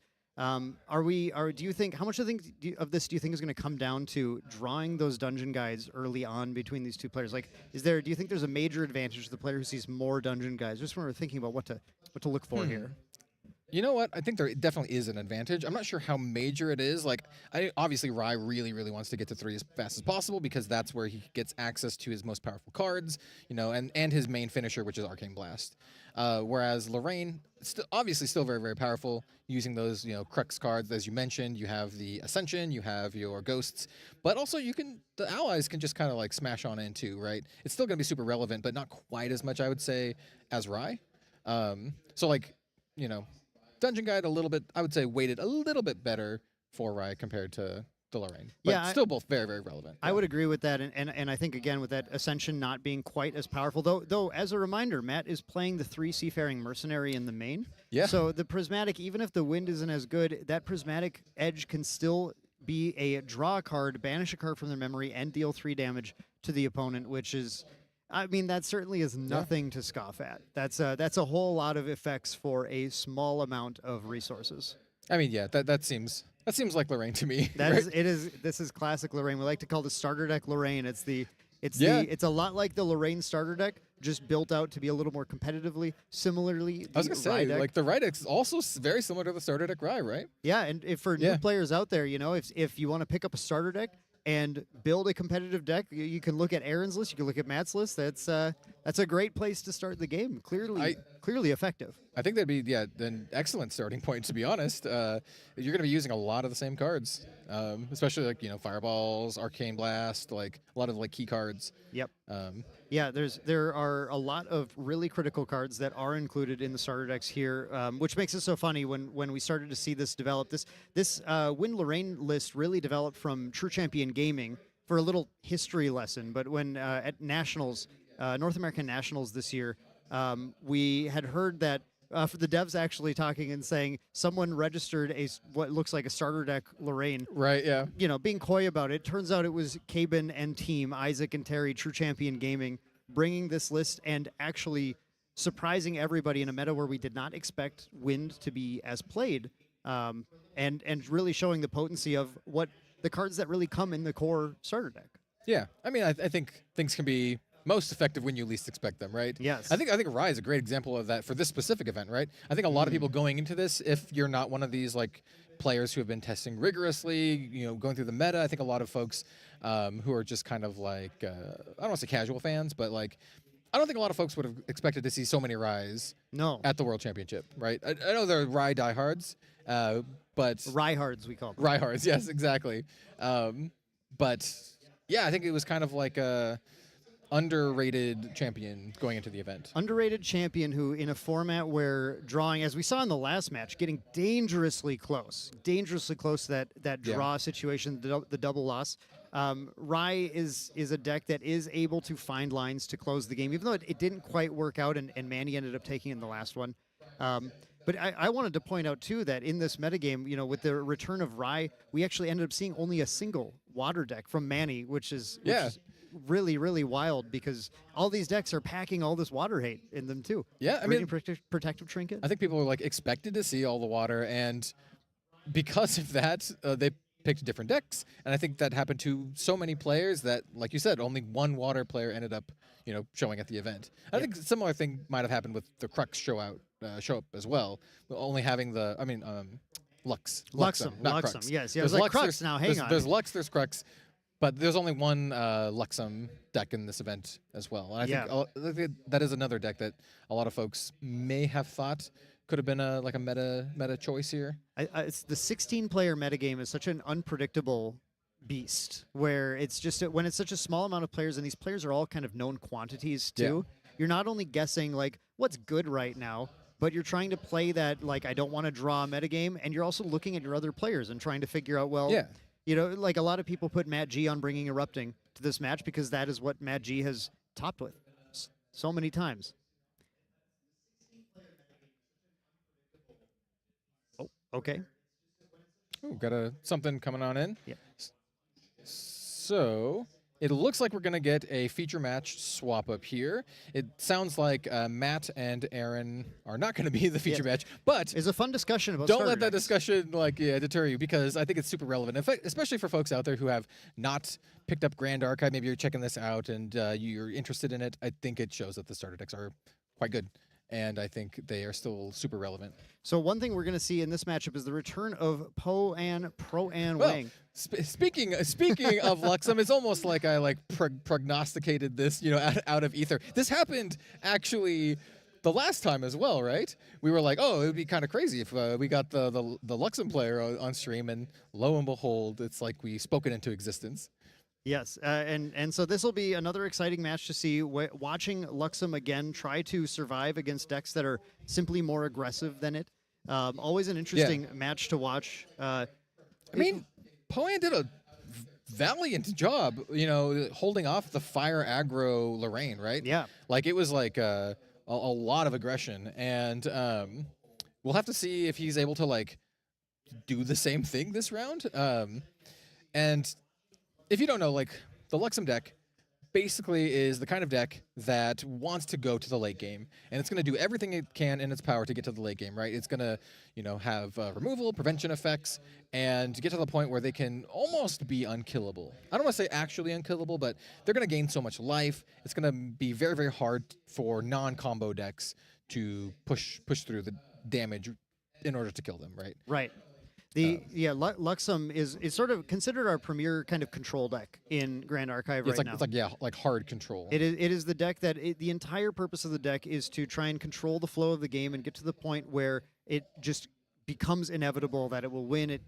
It takes over entirely, and players are here we go, perfect. We have the deck list showing for you. So so if you have just caught the stream now and you are not familiar with our Luxem deck, so Pro-An is running what we were talking about earlier is a somewhat standard Luxem list, running the full set of 20 Luxem cards, including 4 Excaliburs, respecting that there are sometimes things that you need to destroy. They need to get off the board. Nice little catch-all there. I do like to point out here that even though this is technically Fire Xander, there's literally only one fire card in his deck other than the Spirit of Serene Fire, and that is the Creative Shock, right? Yes. And I think that lessens the impact of releasing your Serene Spirit to gain that life. The Spirit, in fact, I think is a really, really nice choice in this deck in particular. You have that ability to kind of sculpt your opening hand, but then you also have the late game ability to gain the life, right? And to elongate your survivability. It is common. It's common for these Luxem decks to play additional fire cards, things like Prepared Explosives. Yep. I remember the name now. Yes, I did it. But you know, that usually gives him an extra way not only to deal damage, but to deal with early threats that can be picked up by that new Proxy's Vault Xander Deft Executor. Yep. But Poan apparently, you know, getting rid of that, instead putting in cards like Gawain to have outs to decks that that are going to rely on particular combinations of cards, to have their like full endgame threat. So I don't know if Poan was expecting erupting decks. That's often a key tech just to deal with them. Alternatively, Luxem Mirrors is where Gawain is usually quite effective as well. But against a lot of the more aggressive decks, we saw earlier, Gawain against Stevo was an interesting tool that potentially had an impact if his hand wasn't stacked with multiple other gigantic attacks. Yeah. I mean, like thinking about his like thought process going into this, at least looking at the deck list, like he's running stuff like Exercise Curses, right? And that's like a direct targeted card that you put in your deck because you expect to play against Umbra, right? Yep. It's a card you can play without. You know, it still has floating memory. Right, So, yeah, and yeah. he's- It's and not he's like got those it's not completely worthless. Nope. But it is like you put this in because you expect to play against Diana, and we only had one player actually playing Diana this weekend. Lime, who I believe is not making it into day 2 from what I have seen. That's what I heard too. And is now planning to take his strengths to the Ascent, the side event at Ascent Houston, or the Ascent event at the World Championship, I should say, the teams event tomorrow. So it sounds like there's a strong team building as well with some of those players. So we have our players finally joining us here, ready to shuffle up their decks, and we have once again Pro-An with Dahlia in the background, getting ready to try and control the game even further. Yeah, I think this is going to be another like pretty interesting match. I think going into the first time we had Poan on stream against the Fire Aggro Lorraine, I think a lot of the favor was like, hey, I think Fire Aggro Lorraine has a really favorable matchup here, but Poan really showed the strength and the resiliency of this Luxem Xander deck, and he's going to have to put it on display here, right? This is once again, pardon me, this is the win and match. Yes. It's I mean, now talk about stressful, by the way, when you get into Luxem here with these really tight lines where if he can't pull the control out, then he's going to be, he has to win this first game against Alec. Now, Alec is playing, as we talked about, or as you got to see earlier, Alec is playing Wind to Norris. So is certainly going to be pushing a strong, aggressive presence right at Poan and attempting to take him out before he can get to that level 3. So really, ultimately, Cal, this is going to be fairly similar in the structure to our game with Stevo earlier. Agreed. So in this case, compared to Stevo's Wind deck, or Stevo's Fire deck, what do you think of Alex Wind in this situation? Yeah, let's take a look at here. I mean, like, you do have a lot of the aggressive allies, but you also have some like really big, just attacks, right? You have like your heavy swing. You have ways to, utilize your champion to push a lot of damage. You also have ways to potentially protect your allies with Tony. It'll play similar to Lorraine, but you don't have the Crux shenanigans, right? You don't have the Prismatic Edge and your Ghost of Pendragon. So we have Alex starting with a Spirit of Wind, of course, and going into a 2-ally turn 1, which is very common with the Wind allies list, starting with a 3-drop ally and the 2-drop Imperial Recruit. We have the Wind Rider Vanguard in this case, too. When we get class bonus, it will have Vigor, but that is there with the Imperial Recruit, who, if it fosters, which against Xander turn 1 is, I would say, almost guaranteed. Right, yeah. Almost a guarantee foster, pushing it to be a threatening presence on the board as well. Which is exactly what Alec wants to see turn 1. The Imperial Recruit being played in this deck specifically because you can turn 1 drop it along with another ally. Yeah, exactly. And we saw Poan there just resolving his Spirit of Fire on Enter Glimpse. Just in case you're not super familiar with the how the Serene Spirit of Fire works. Now, as a reminder, too, with our Fire Xander deck, 31 life, that is the number that needs to be hit in order to get the kill once he gets to level 3. But even at the earlier levels, that Spirit of Serene Fire, unless they're level 0, can be popped in order to recover 6. So as this damage starts to mount up, we will be talking a lot about whatever Poan's life total is plus 6 until that spirit is basically, popped. yeah. Because that is the threshold that Alec needs to be considering when he's figuring out how to deal damage. We have a marker on the Imperial Recruit noting that it is fostered, turning it into that 2/3. So 2/2/3s coming in for a total of 4 damage. Of course, unstopped against Serene Fire Xander.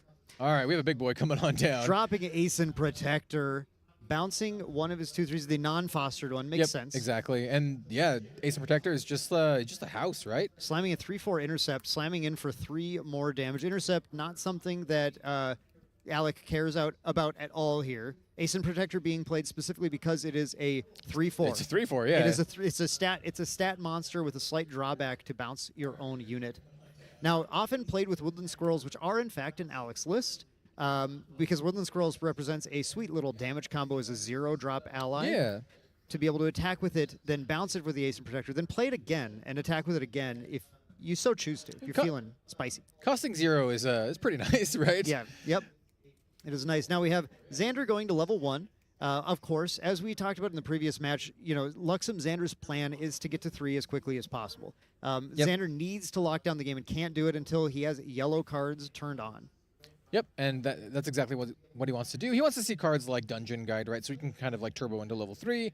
Looking at his hand, I don't... Hand of Creative Shocks. Don't see any Dungeon Guides. I see red in here. Yes. A handful of Creative Shocks, which isn't the worst thing in the world. It means that he's going to be able to dig and find stuff. Going for an early Thieving Cut.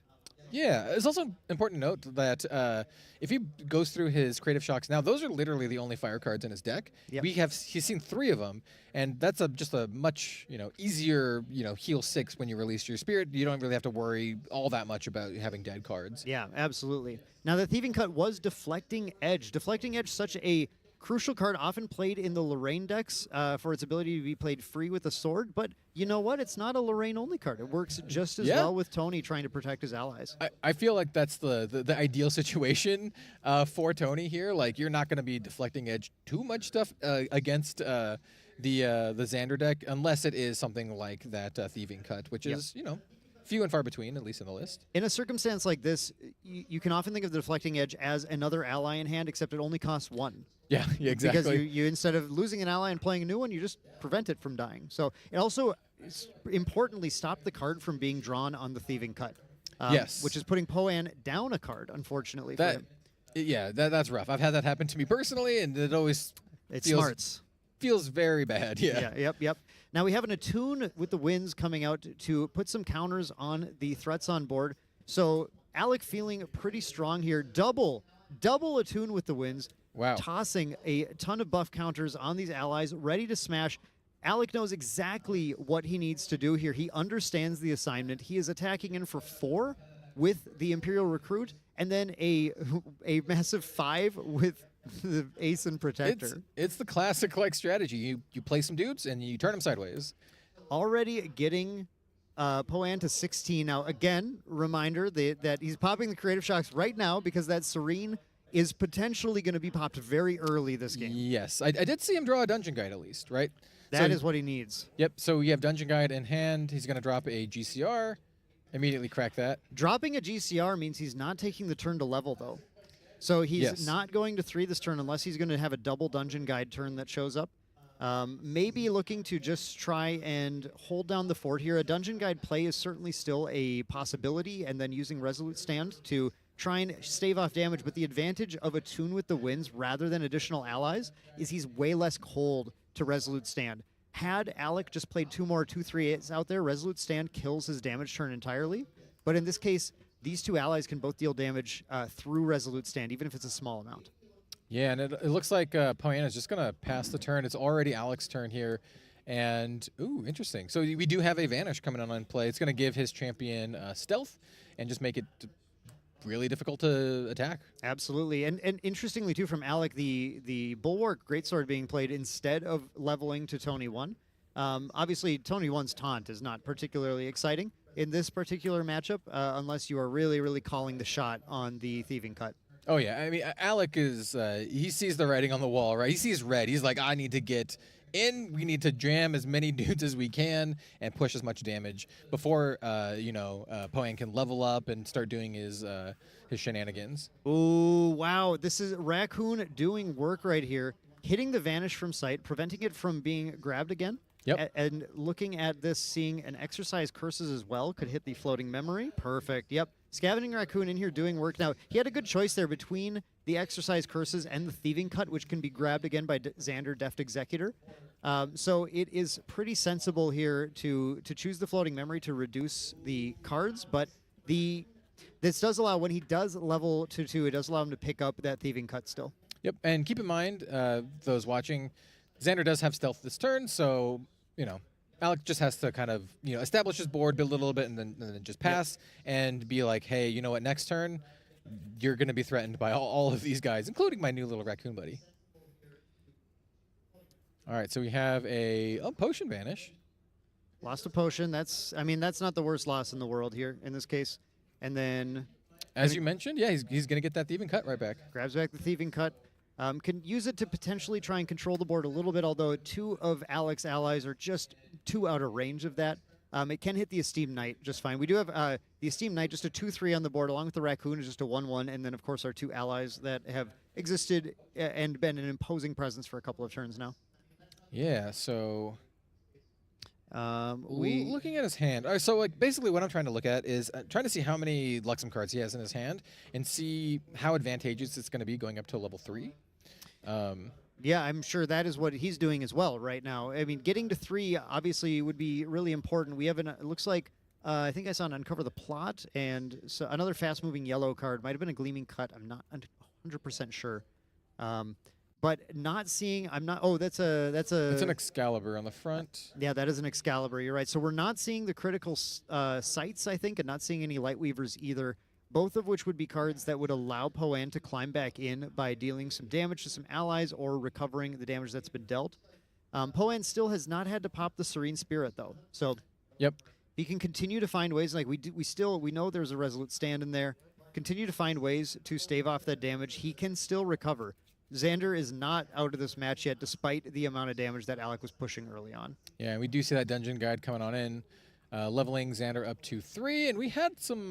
Did lose the Uncover the Plot. Yeah, some kind of nasty hits there. That is the one. If you're going to lose a Luxem card, though, that is the one to lose because it does help you when you have your Luxem set up because it allows you to reveal your memory and then activate all of their reveal effects. But if you don't have the sights and the Lightweavers, it's not quite as exciting.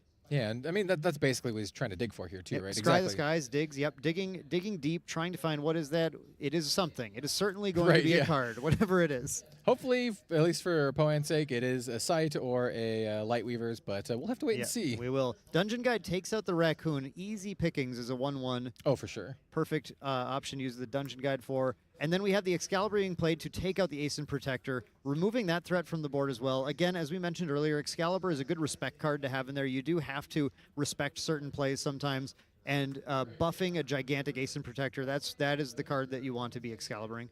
Oh, yeah, for sure. Goes for a Tithe Proclamation, gets a card draw. I don't think Tithe will be particularly impactful. Well, there are turns for Xander to draw a number of cards as well. Like gleaming cuts, or yeah, it makes the it is going to make the Chalice. Gleaming Cut turn. And Chalice, yeah. There are definitely turns that can be stifled a little bit, though Xander having a lot of flexibility with his ability to use cards like Juggle Knives at fast speed is able to kind of move the draws around a little bit, but it might make it suboptimal for Poan to try and dig for more problematic cards. And it also cycles a card for Alec. We saw he lost a Dream Fairy to it, which is about the best card you could possibly lose, I think, in this matchup. Oh, yeah.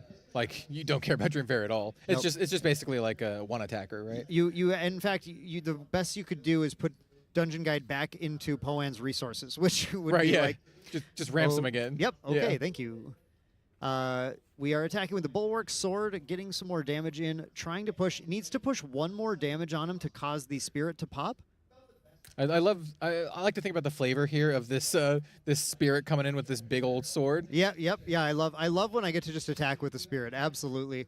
So there we get the Serene Spirit to pop with the Windrider Vanguard popping in for another 2 damage. Yep. Spirit's gonna heal him for 6, and give him a little bit of padding, but like. I'll be honest. Poan is got his back kind of up against the wall here. It is a back against the wall, but the critical 20 health hit for Chalice of Blood to activate. Now here's where Tithe Proclamation is going to come into play. So 2 cards drawn, revealing a. We did have a sight, and we have two uncovers. Yeah, to uncover the plots. So a heal 3, and then potentially a lot more healing to happen this turn by uncovering more plots. Yeah, let's see. Taking a look at his hand. But no more card draws with the draw step maybe activated by Poan this turn. Yeah, that is super relevant. Let's see. I think Poan has another dungeon guide, which isn't where he really wants to be right now. Dungeon guide is a dead card right now. Fast cure, not looking very good with higher amount of cards at hand and not really needing to materialize anything any longer. Exercise curses, another dead card. Honestly, Poan's hand. Creative shock also unplayable because he's no Unplayable longer Creative Shock. fire. Yeah, Poan's hand is not exactly what you want to see here, but at least he does have the sight to lean on. And can't draw anything else this turn, can just really uncover to heal 3, which might be what's happening here. Oh, going for the Serum of Wisdom. Okay, yeah. Okay, again, this flexible draw, able to use that on Alex's turn in order to try and find something useful. Yep, you just got to dig for your light weavers, dig for your sights, right? A potential play here is to activate that Serum of Wisdom on the Recollection phase to try and find the Vanish from sight while it is still playable. Oh, yeah, good call. So we might see Poan going that route just to try and stave off the damage a little longer while he tries to set up. Ideally, with that Uncover the Plot, you don't want to be using with just the one sight in there. You want to get one more sight and or a Light Weavers really to get that full activation from it, or a Gleaming Cut on a turn when you don't materialize a Chalice of Blood. Poisoned Oil Coating coming out just to push damage. Yep. And there's that Recollection phase. Pop up the Serum of Wisdom, finds a Resolute Stand and a Gleaming Cut. Yeah. Okay. That's not too bad. No, this is some useful stuff. All right, let's see. And then I believe the card, I couldn't note what it was, but it's gone. It's on the bottom, which makes sense. It was the card that I thought was least important. Yep. Yeah, I mean that was pretty good. Like that's one of the key cards that he needed. You mentioned the Vanish, but getting Resolute Stand is also like quite good. The Serum drawing into memory, unfortunately, so we don't have it available in hand. Yep. But if he can hang on, needs 8 damage to take him out. Just plays the Luxem Sight to draw the top card for the Resolute Which is Stand. the Resolute, yeah. Yep. So yeah, this is a clutch play with that Glimpse setting that up to be able to draw that, to play the Resolute Stand right away. However, it does mean one of the worst feelings in Luxem is having to use your Luxem Sight in order to do that, to cling onto the game, because now Poan has to find more Luxem Sights to be able to try and climb back with the pressure mounting from Alec this turn. Yeah. No more sights, no light weavers. Was that Resolute played for 3, or was it a free Resolute? I believe he had cards in hand to play Played it for 3? Okay. I believe. Now that means the card that was placed into memory with the Serum of Wisdom was very likely the Gleaming Cut. So we are looking at Poan getting his full 3 card draw next turn to try and find what he needs. And we do see, we do see a little bit of board cleanup here on Alec's side. With the Resolute Stand on the champion, it makes sense. Just try and use your resources, get rid of that dungeon guide so it can't push damage, it can't clear off a raccoon again, or potentially join with a Thieving Cut in order to take out the Imperial Recruit. Yep. Maximize your potential plays. We do see a Terrafring. So there's the Terrafring, which is certainly going to slow down Alec's roll a little bit on the next turn as well. Gleaming Cut revealed on Blinding Steel in order to draw 2 cards, and we'll see if we are seeing another Resolute Stand. And was that a sight? Oh. I think we might have seen Resolute Stand sight again, which is what Poan needs to climb back into. That looked yellow too. Oh, yeah, that definitely was a sight. We're seeing yellow. All right, so wait. I think there might be either 2 sights, or is that a Light Weavers? I think it is Light Weavers in sight. It is Light Weavers in sight. So Poan is seeing what he wants to right now, which is survival cards and yellow. Yep, Light Weavers, sight, and Resolute is pretty good off the top, right? Yep. Poan passing turn. We'll see if he pops the Terrafring right now, because he does have the Resolute in hand and doesn't necessarily need it. Yeah, I think that might telegraph to Alec as well. Like, if he doesn't pop it, he's like, okay, he has something. Yes, certainly would be a telegraphed at that point. Alec going down on cards with the Terrafring in play to go to Tenoris level 1, meaning that it'll just be a little bit harder to get as many attacks off as he might want to try and close the game here. Alec likely hoping that Poan was digging and not finding yellow. And so it'll be interesting to see how he responds once the yellow is finally revealed. All right, card is drawn here. It looks like Terrafring is not getting popped this turn. Yep, no Terrafring, which means Alec is suspicious. He's either winning the game or running into the Resolute Stand, which is right there. Put down 3 cards that don't do anything. Yep. Well, you put down the cards that you would like to reveal. Oh, I'm sorry. Yes, putting down the yellow cards. Yes, they don't do anything right now. They will do things Yeah. soon. Yeah, that's just kind of like exactly what he wanted to do. This is one of the situations where it's like, yeah, I want to pay for my Resolute, Yeah. right? Yep. Please. I would love to pay for Resolute Sand right now. yeah. We saw earlier the Diana match where you actually go, I do not want to pay for this Resolute Right, Sand right now yeah. because I do not want to draw a card. In this case, very, very happy to put those in. And now Ooh, finally, gotta love it. Poan feeling comfortable enough having the Terrafring in play to be able to drop the Luxera's map. Luxera's map will be able to ready next turn, to wake up next turn, and when it wakes up, then it can search for possibly another Lightweaver's Assault or another Luxem site. Whatever you need, basically. Yep. Whether he values the Weaver's Assault, whether he values the life gain. Yeah. Nice little tutor. So, Kel, how do you feel about Alex's position now? Poan has really been climbing out of this. He has, and being at level 3, having that that little bit of buffer space is really relevant. I would like to note once again, does not have access to his Serene Spirit anymore, so we do have just a straight. Ooh. Poan found the second site and is now playing Uncover the Plot to heal 6 each turn. Yeah, that's. I was thinking like Alec, this is not too bad. But now it's looking dire. This is where Uncover the Plot really comes in. Uncover the Plot being the card to just burst your heal when you need it. It's the card you hold on to because as soon as you find all the cards with the reveal effects, you can in one turn heal all of the damage you've taken the entire game and really put the opponent into a tight spot where they're going to have trouble getting through. With that Terrafring in play, yep. I'd say it's starting. It was looking pretty rough for Pro-An for a while, but Alec is now, I believe, on the back foot, trying to find a way to deal enough damage. I mean, Terrafring plus Luxera's map on board, it's like he can go tutor for whatever the best card is in the situation, whether he values more life gain, whether he values the Lightweavers. I think Alec is in a pretty tough spot here. Now, we can see, Attune with the Winds is a card that can add a lot of counters, a lot of damage to a lot of things. Alec does choose to materialize Ornamental Greatsword, putting extra damage onto the Imperial Recruit. So there is certainly still a chunk of damage on the board. The problem is at this stage in the game, Pro-An is holding on to those 2 Luxem sites, which means there's a threshold. Alec has to deal more than 6 damage each turn to actually progress in this game. Yep, but potentially more than 9 if he chooses to go search for another site with that map there. Yep. Site Luxera's map putting the card into memory, if I recall correctly as well. So immediately, exactly. Immediately activated off of the Blinding Steel trigger. It's one of those cards where when you first read it, you're like, oh, it doesn't come in my hand, and then you realize, wait a minute, I actually wanted it in my memory. That so is I where I reveal want that card. Yeah. Yes, that is exactly where I want it to be. It works like perfectly with this version of Xander. So Alec, having attacked in so far for 4/6, so has done the damage that is about to be healed next turn, and then did 2 more, and then Vigor caused the Windrider Vanguard to wake up. Poan pops the Luxera's map. Did you see which yellow he grabbed? So he's materializing the insignia first. Oh, materializing insignia. Yes. Yeah, so he got the insignia and then he immediately activated it. So he can put more of his Lux cards in his memory. So he's got a bigger reveal here. So he's got multiple triggers. The Luxera's map is still rested right now. So yeah. It should have either been woken up or activated, I believe. I think so. Unless he's doing this in. There we go. Okay, there yeah. Unless he's doing like this in. Yep. Okay, yeah. that's what got me confused. I thought he had grabbed something and hadn't put it in the banish yet. So we have, So now we have Lightweaver's Assault 2 sites with the insignia of the Korhazi to allow him to keep putting whatever he wants to without having to play the cards that aren't honestly in his hand are not very good right now.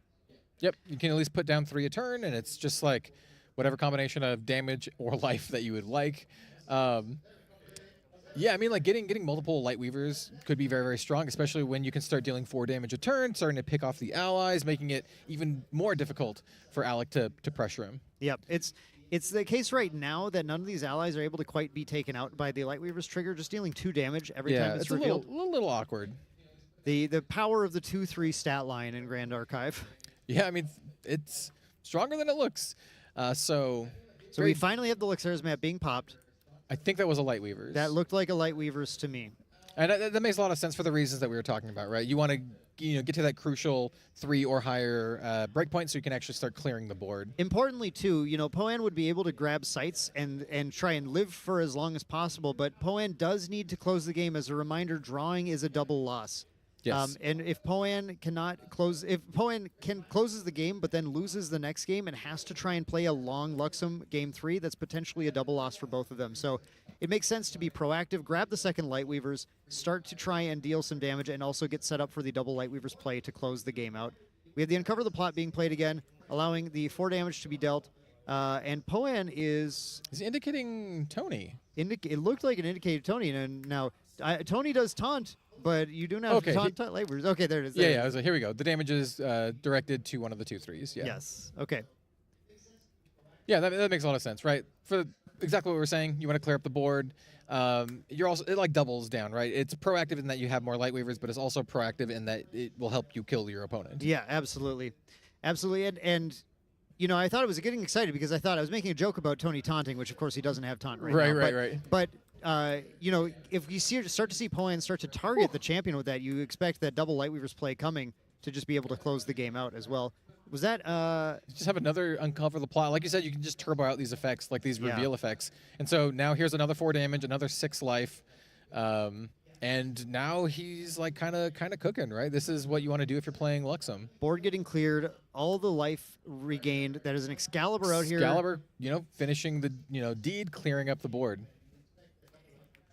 And now Poan's probably feeling pretty good. I have played this matchup enough times to know that that is exactly where Alex scoops, and it's a sensible choice right now to scoop at this point in the game. It is going to be almost insurmountable at that point to be able to get past what Luxem has built. Yeah, especially with the time limit we have, especially with the fact that you mentioned draws are losses, and you know, this is the win and in, right? Yeah. One player, you know, needs to win to advance. Now, Alec, playing an ally list, does run all 3 baubles, so has a couple slots in his material deck that he has available to fill in with some other cards. So there's going to be a few interesting cards coming in here, I think.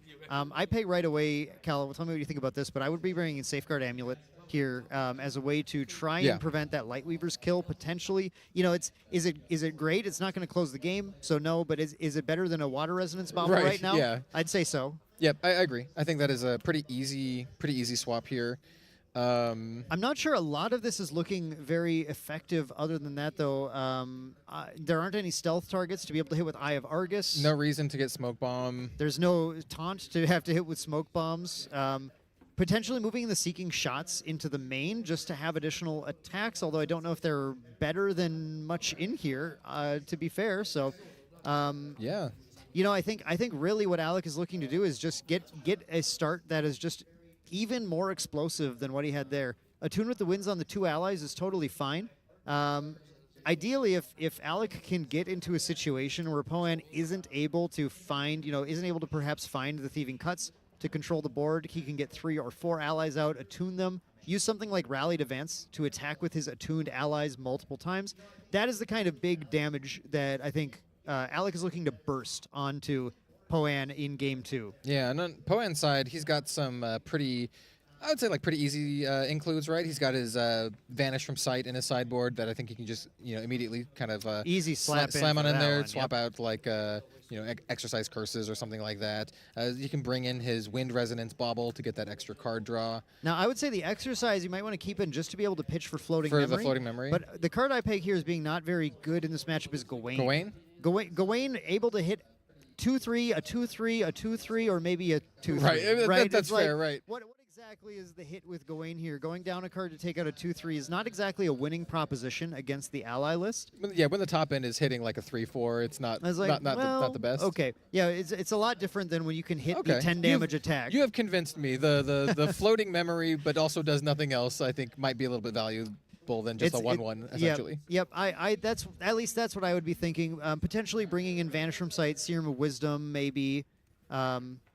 But yeah, there isn't neither of these players I feel have very strong sideboards in this matchup, and it's really just going to come down to who is drawing the part of their deck that they need to activate. And I do think there's a significant first turn advantage here as well. I agree. Yeah, I agree. Yeah, there's like some slight, changes here or there, but it's not really like a transformative kind of thing, right? No. Poan now has a Wind Resonance Bauble instead of the Fire Resonance Bauble, but other than that, it's going to be pretty similar. Yep. that the players are shuffling up now, so very likely that Alec is going to take the play here to prevent Serene Xander from getting that level, that crucial materialize phase. Yeah, we mentioned this in the first round we saw Poam play, but you basically wants as many materialization phases as you possibly can, and denying him that is the optimal decision here. Yes, Alec with an opening hand showing Gildas. Gildas a little weird on turn 1, but certainly something now. Knowing you have the Gildas, you can plan to try and balance out in the following turn, utilizing your baubles to be able to get there. So this is a pretty easy ally play. You drop the 2 allies turn 1. Turn 2, it's time for Bobble, go up to 7 cards, drop Gildas, and swing with balance. Yeah, this is like a pretty standard play, like a 3-drop and a 2-drop, right? On turn 1, you get your bodies out, and your Imperial Recruit is probably like pretty safe here, especially in this particular matchup. So 2 3s is surprisingly like a lot of pressure. It is a lot, and then when they're accompanied by the wonderful Gildas out there hitting for 4 damage, while Alec remains balanced, that is going to be potentially the difference in this game, because Alec did not see Gildas at all last game. Right, yeah. I mean, Gildas, if you don't know, for Grand Archive, Gildas is essentially a 4-attack, 3-cost card, and that is like very, very strong in this game. Yes. Gildas requires significant play around it. You have to manage that balance. Yep, you have to maintain both equal cards in hand and in memory, but players are quite good at doing that. Players have learned the Gildas math. Gildas math, pro tip number 1, you play your bauble or your ring, draw a card, get to 7. Gildas math often counting to 7. 7 is the number. Figure out how to have 7, then you put 3 cards down to play Gildas, and then you have 3 cards in hand left over. And yep, exactly that. Crack the bauble, jam on down with Gildas, and kind of smash in here. We do see a fast cure. Fast cure coming down with an influence. I believe I'm counting 5 there. Yep, 5 versus more than 5. Is that 5? That's a very. How could that be 5? Actually, that would have to be 7. So. Yeah, but at least. Serene. Serene's down. Serene's down. I forgot. Yeah. Alex has 6 and Poan has 5. Yeah. Yes. Yep. So he does that one card from Serene. An interesting thing too about playing Serene Spirit is you get the fast cure thresholds. Where that's actually true. Yeah. It's a little easier to hit the threshold on healing the damage with fast cure. Not something you think about a lot, but yeah, that's quite relevant. Okay, so interesting. So there is a Gawain in here. Maybe did not take the Gawains out. Maybe hoping to hit things like Attune with the Winds, or just planning to put them into memory as well and just not worrying about possibly. It. We did see a Dungeon Guide, notably on the top, right? Dungeon Guide key card for Poan to find. Yeah, very important here. And we have the Xander. And a Gleaming Cut. Gleaming Cut, being able to set up to draw cards later off of the Luxem reveals. A good card to find, a good card to not get rid of. Gleaming Cut, yeah. I mean, basically, you're gonna want at this point some removal for that Gildas, right? Yes. Gildas is presenting an absurd amount of damage, like twice as much as the other 2. Gleaming Cut in a pinch could be used as removal, but that Luxem is going to be the problem. Now, Poan finding the Vanish from Sight, very nice to see right now here too.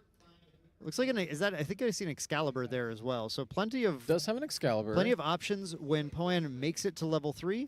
Looks like anything during Recollection, Poan. Would you like to use anything? Poan deciding now. Materializing the ring, of course, to play with his balance numbers. Yep, and here we have a Vanish coming on in. Vanish coming out, yep. Gonna give Xander Stealth and just make it virtually unattackable this turn. Now, this might be clutch. If Alec has a Raccoon in hand, this could be a good turn to prevent that Deft Executor. That's true, yeah. Raccoon would be quite good. So he might be digging for a Raccoon now. Now, notably, Alec is knowing, okay, I cannot hit balance the hitting balance doesn't matter right now. So often that ring is kept in play once you have 7 cards in hand until you go down below, because it's not useful to disrupt your balance with it. But Alec obviously doesn't care because he cannot attack this turn. Is this just going to drop multiple allies in play? Yeah, you just kind of like flood your board, right? You just keep playing dudes until they can't prevent the damage, and then whenever you can attack, you're going to attack for a ton. And speaking of attacking for a ton, did you see that spicy little starter deck card in Alex's hand called Heavy Swing? Yes, he did have the Heavy Swing, so he's actually representing just in hand and on board a lot of damage, basically. Yeah, 2, 4, 6, 8. Gildas is who we appreciate, going to 12 plus Heavy Swing for a total of 18 damage represented. Pretty good. It's quite a bit. Now, the difficult thing, of course, is doing balance. I played a lot of Tony Allies. Doing balance with Heavy Swing and Gildas is sort of the tricky thing to do. Heavy Swing costing 4. That's one more than you wanted to. Yeah. You need a 9-card hand to make that work. And you can't quite get there by playing all your allies out. All right, let's see. Poan did reveal another Vanish, or he got the Vanish back. Got the Vanish back on Deft Executor. This is such a powerful play with Deft Executor, being able to keep replaying those Vanish. Poan is able to just buy as much time as he needs. I believe Alec was desperately looking for a Raccoon on that last turn on that draw off of the ring, because hitting that Vanish from sight would have potentially allowed him to actually chunk in for some damage. Yep, and the Vanish basically represents a whole another turn without taking any damage from Poan, which is really, really good. That is really good. Also, really, really good would be using Attune at the Winds with 5 allies in play. A remarkable amount of think about how much damage you're putting on the board. It's literally 5 damage, right? Yeah. Well, it's not. I didn't say it was hard math, Kel. So thank you. I'm glad you were able to keep up. Yeah, this is the kind of math that I'm quite good at, right? That is why you're the fire player. I love it. Yeah. Yeah. No. So we are attacking, and so we did not choose to use the Vanish from sight this turn. Interesting. Why do you think that is? Do you think he's just kind of saving it for a more crucial turn? Holding on to not holding on to Resolute Stand, we're just taking the damage in and pushing it in. Yeah, he's just taking it on the chin. Healing here, expecting that it's not lethal, saving the Vanish from sight for a more lethal turn, perhaps. Yeah. That is a man who's done the math at that point. Better math than you or I could do, I think, to know that, you know what, I cannot die this turn. This will not be lethal. There's no way for him to get balance and do a heavy swing. There's no way for that lethal damage to exist while I have this Serene Spirit to pop. So why would I use the Vanish from sight right now when I can just heal that damage later? All right, I'm looking at Poan's hand, and I'm seeing a lot of yellow cards there, as well as a new Resolute Stand. The yellow is there, and Poan has cleverly sandbagged his best prevention cards for a later and a more important turn here. Yeah. So he's considering risking the Resolute Stand. Risking the Resolute. Now, Resolute is less effective when the units get bigger, as we talked about previously. Once they, reach over that 3 threshold. But having both might still be clutch. Going for the Dungeon Guide, of course, getting to 3, going to have that yellow online. Yeah, very curious to see what gets banished Losing here. Excalibur and... is that another yellow card. I'm not entirely sure what it is. The problem here is, of course, Luxem cards often have a picture of Xander and a bunch of... Right, yeah. Luxem Sight is it might be a sight. It is a sight, yeah. We have lost a Luxem Sight as well. What an extremely risky Dungeon Guide from Poan, meaning that Poan must feel quite comfortable with the other yellow cards in his hand currently. He's got like a couple Gleaming Cuts, I think. There are 2 Gleaming Cuts in there, able to draw a lot. Now, of course, Alec is not going to make it easy for him with, once again, that Tithe Proclamation, a card that I'm sure in the metagame today has been doing a lot more work than one might expect. Yes, yeah. In this case, after that Tithe Proclamation, the Vanish from sight comes down, and Poe has now bought himself the entire turn that he needs. We did mention, and I would say improperly, if you don't mind me saying, Kel, but that Eye of Argus might have been the sideboard key card here. To be able to get stealth to deal some damage through the Vanish from sight. Right. But of course, in this situation, not nearly enough damage. Does materialize the Elixir's map, able to start finding the cards he needs, and is going to draw a lot of cards, but not quite enough. Only going to choose probably to activate one of them. The other would be completely lost with the Tithe Proclamation in play. And the Lightweaver's Assault there to deal 2 damage to something.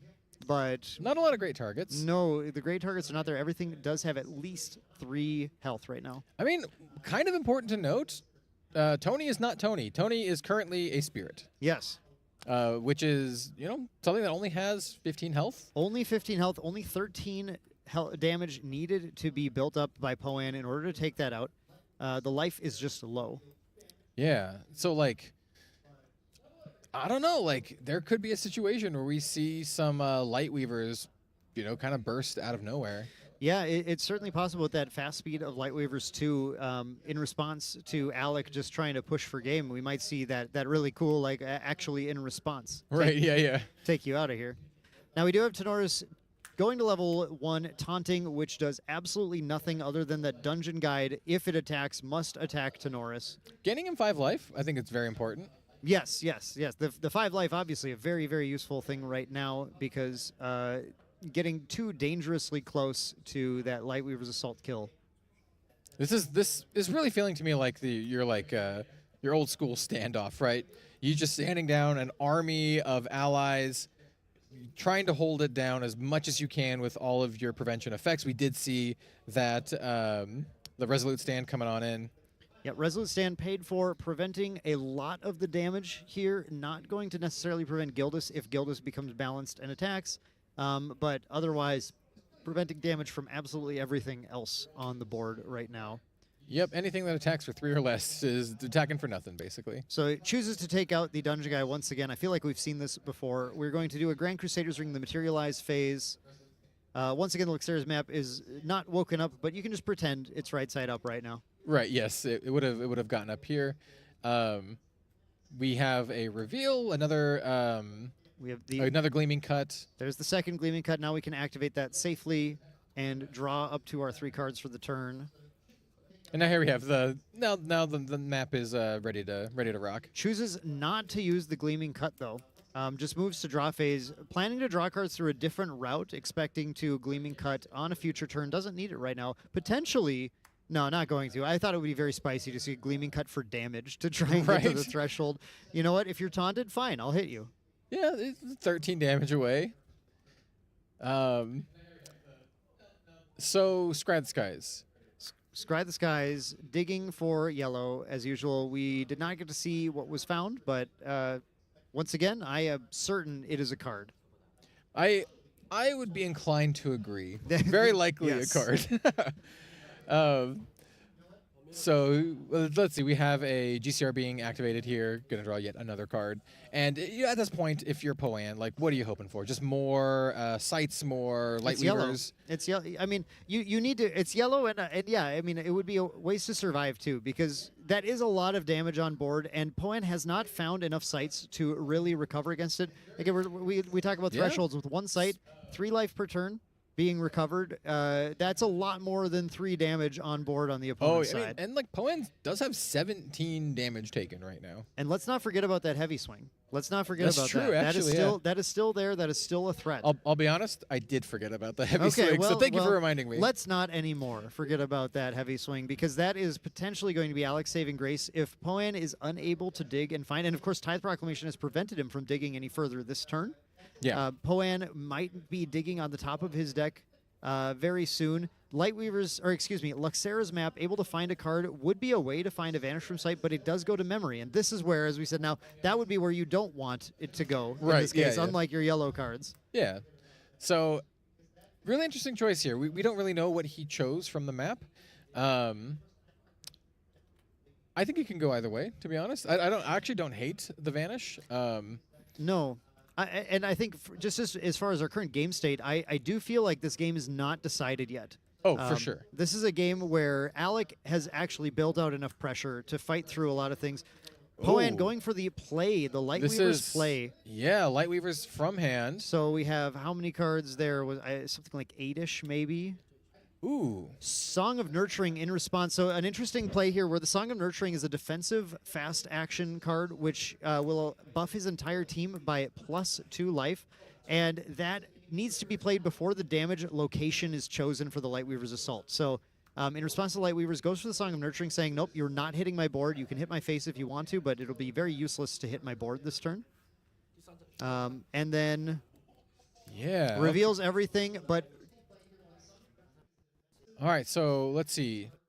He does have some triggers. Is he activating the? This is a scoop up, and I'm trying to figure out who just won the game. Actually, I don't want to guess either way. It was interesting. So it was Lightweavers. I didn't calculate Lightweavers at lethal damage there. So unless I missed a trigger, that would be a scoop to the Tony. No, that was. It looks like. Yeah, it looks like that might have been the win for Tony as they shuffle up and get ready for another game. That would be my guess. Yeah, right? I believe that's what happened. So it all happened so fast, and we don't have a good audio feed from them right now. So it was not.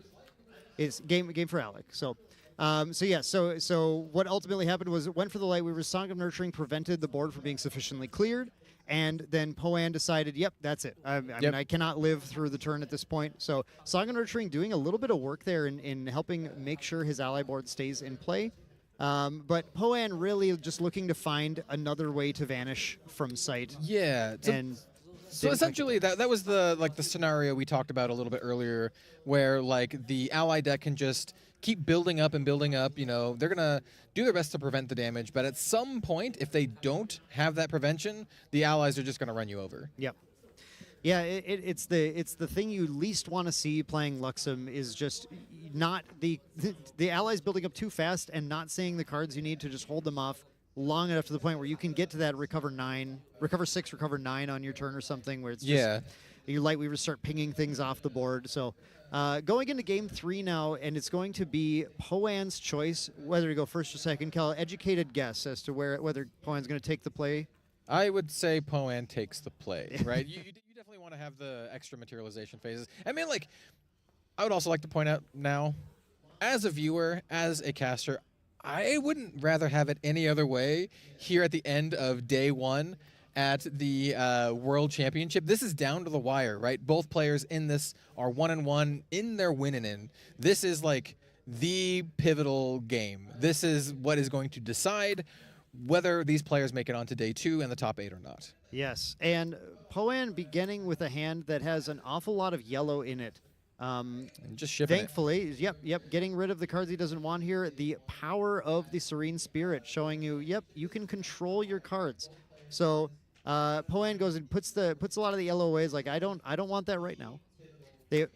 We have 20 minutes left in the round, is what I'm being told. So that's a healthy amount of time, I think. I'd say that is a healthy amount. They got through 2 games in about a 30-minute span. So 20 minutes to play this out is going to be, plenty of time, I think, for either player to be able to take this.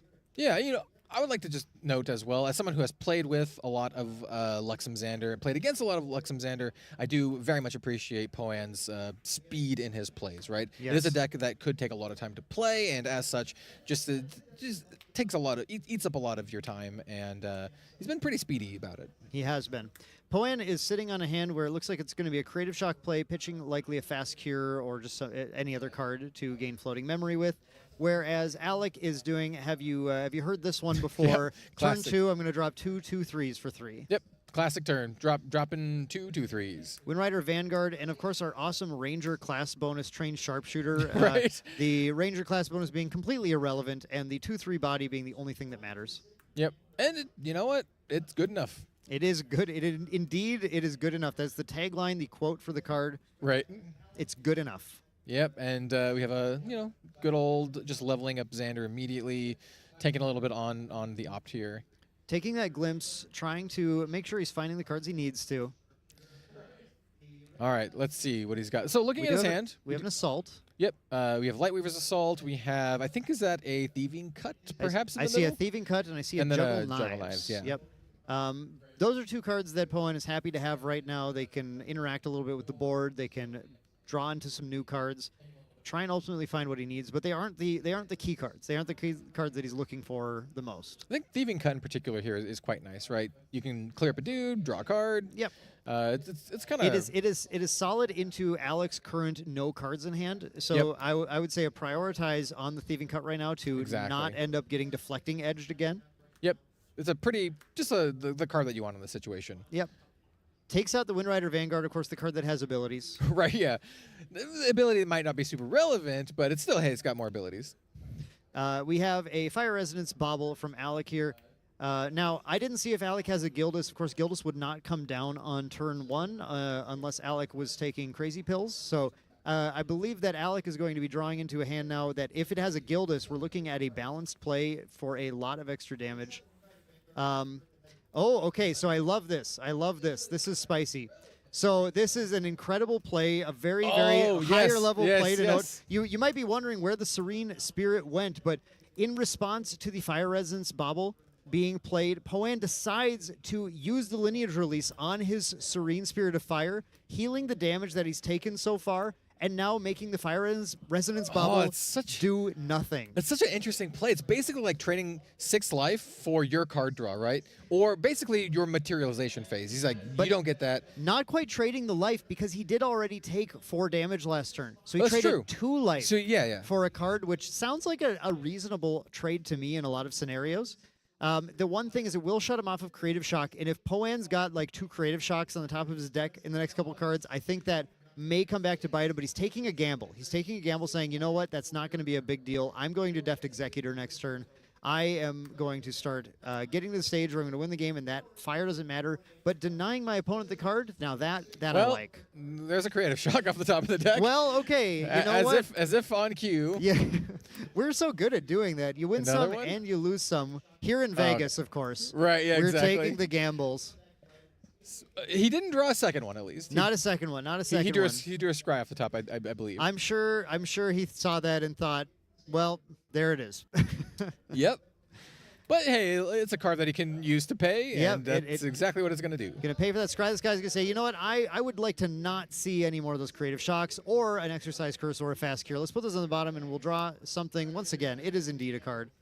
Yep, immediately bottom those cards. I mean, like he's got a lot of yellows in his hand. He's got a lot of yellow, but what is he doing other than that? Right now, looking to level next turn. Looking to level next turn, but no way to get. Does he have? What is the last card? I don't think. Is it even a card he can play? I don't think so. I don't think he has a playable card to get 3 cards down to be able to level. Oh, no, he does. He does. He has Fast Cure. Oh, it's a Fast Cure. It's a Fast Cure. Yeah, that's the card you want then. So yeah, he can definitely do Fast Cure, level up, and go from there. And he has a pretty nice suite of yellows, right? He's got 2 Lightweaver's Assaults, Gleaming Cut. They're good cards. Yeah. Alec, once again, with the Tithe Proclamation. Honestly, I feel like in that game, underrated card, the Tithe Proclamation. I think it did a lot of work in keeping Poan from building too fast, allowing Alec to kind of close the game in time. And I believe it's poised to do the same thing right now. Also, as a side note, personal note, I really like the promo, like the special. The promo Tithe Proclamation. That is a Grand Archive special, the Nationals CPR reward. So the players who went to Nationals got to turn in their card invites in order to get CPR versions of them. Beautiful textured foils with that gold signature finish. The hallmark of the most incredible looking Grand Archive cards, and honestly, some of the most incredible looking cards in the TCG industry. I agree. And I'd also like to point out now that play was pretty sweet, actually making very good use of the ASIN Protector's on-enter effect to bounce the Raccoon back to your hand so you can play it again, eat the 2 cards and get an additional attack. Yeah, keeping Alec off of much of a graveyard. Now, having hit Deft Executor, there isn't a ton of utility to that at this stage in the game, but it is a very sweet play that Wind is able to do against a lot of decks as well. Yeah, got an additional attack out of the Raccoon as well. You get the additional attack. Absolutely you do. Yeah, so Alec has found a few things. Alec has some things to play. Alec has a Serum of Wisdom. That's actually a great play. Popping the Serum of Wisdom right now. Thieving Cut, Lightweavers, I believe. Ooh. Oh, no, those are sights. Yeah. Sight. I'm telling you, it's just a picture of Xander and some light, man. It's like, how can you tell them apart? Double sights on the top. Double sights. I don't think he has any sights currently in hand, so no. this is... I think this is what Poan needs. Poan has uncovers in play. 2 sights is probably what Poan is looking for, saying, okay, yeah, 2 sights. Yeah, I can rock with that. I can. Yep, it looks like sights on top and then cut on the bottom. Yep, cut is not as useful right now when you can just recover the damage and deal with the allies later.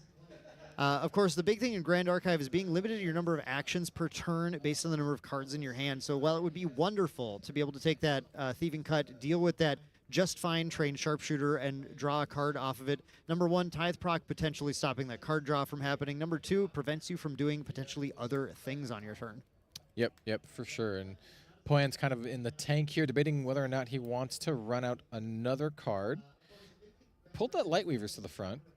Lightweaver, is he thinking about, because with enough cards in hand that Lightweavers can clear the board, pretty effectively. Lightweavers with 8 cards, 8 cards in memory would be a full board clear. Yeah, potentially like planning out his next turn, leveling to 3, and then Uncover the Plot being another option to play there. Do you uncover the plot right now, or do you wait for the second recover? How safe is Poan right now? Remember, we lost the Spirit of Serene Fire, and we're still not level 3. So the recover. Yeah. Oh, I'm sorry. Yes. So Uncover the Plot's terrible because we're not level 3 yet. Right. Poan had to do a card draw that turn instead. Yeah, it looks like he's just kind of like maybe planning ahead.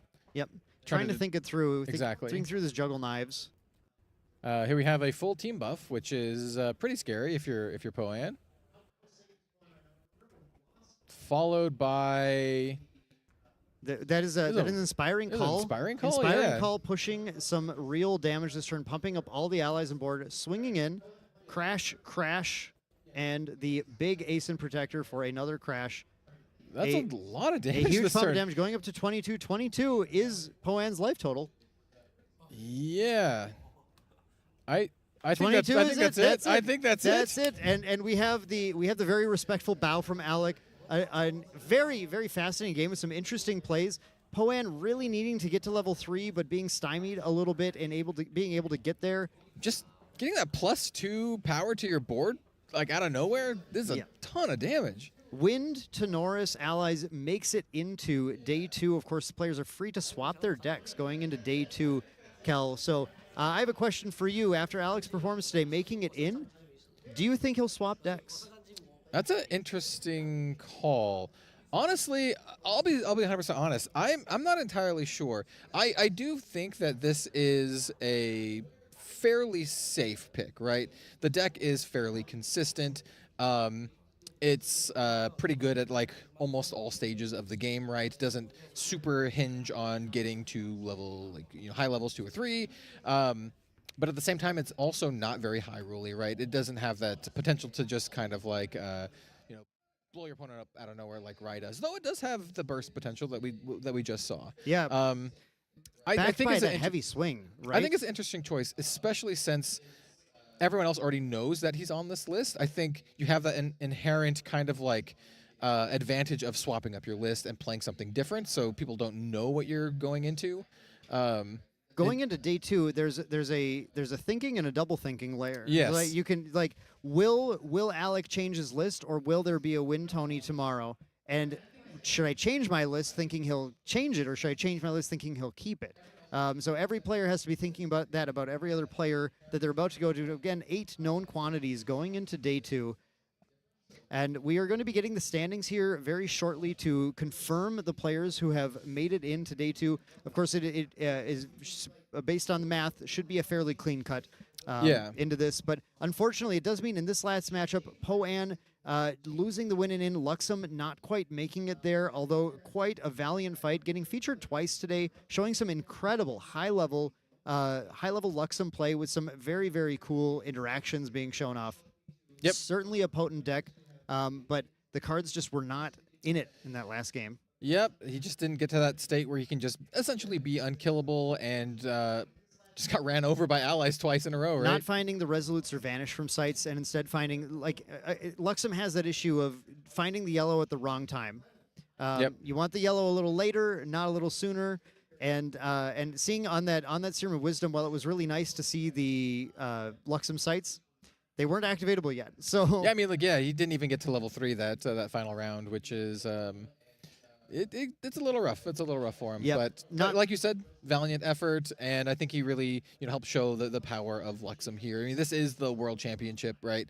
This is some of the best players in the entire world. Absolutely. And that everyone is like competing their best to make it to day 2 and to claim that that World Champion title. And great effort, Poan. Yeah. Incredible effort from both players, very, very well-respected players, and great, as I understand it, SEA representation going in as well. Love to see it. Which is going to be very good. It's nice when worlds are truly international. Right, exactly, yeah. That's definitely what we're looking for here. So excited to see when we finally get these final standings, to see all of the players who made it in, the deck list that we can be expecting, the players to consider keeping, right? Yeah.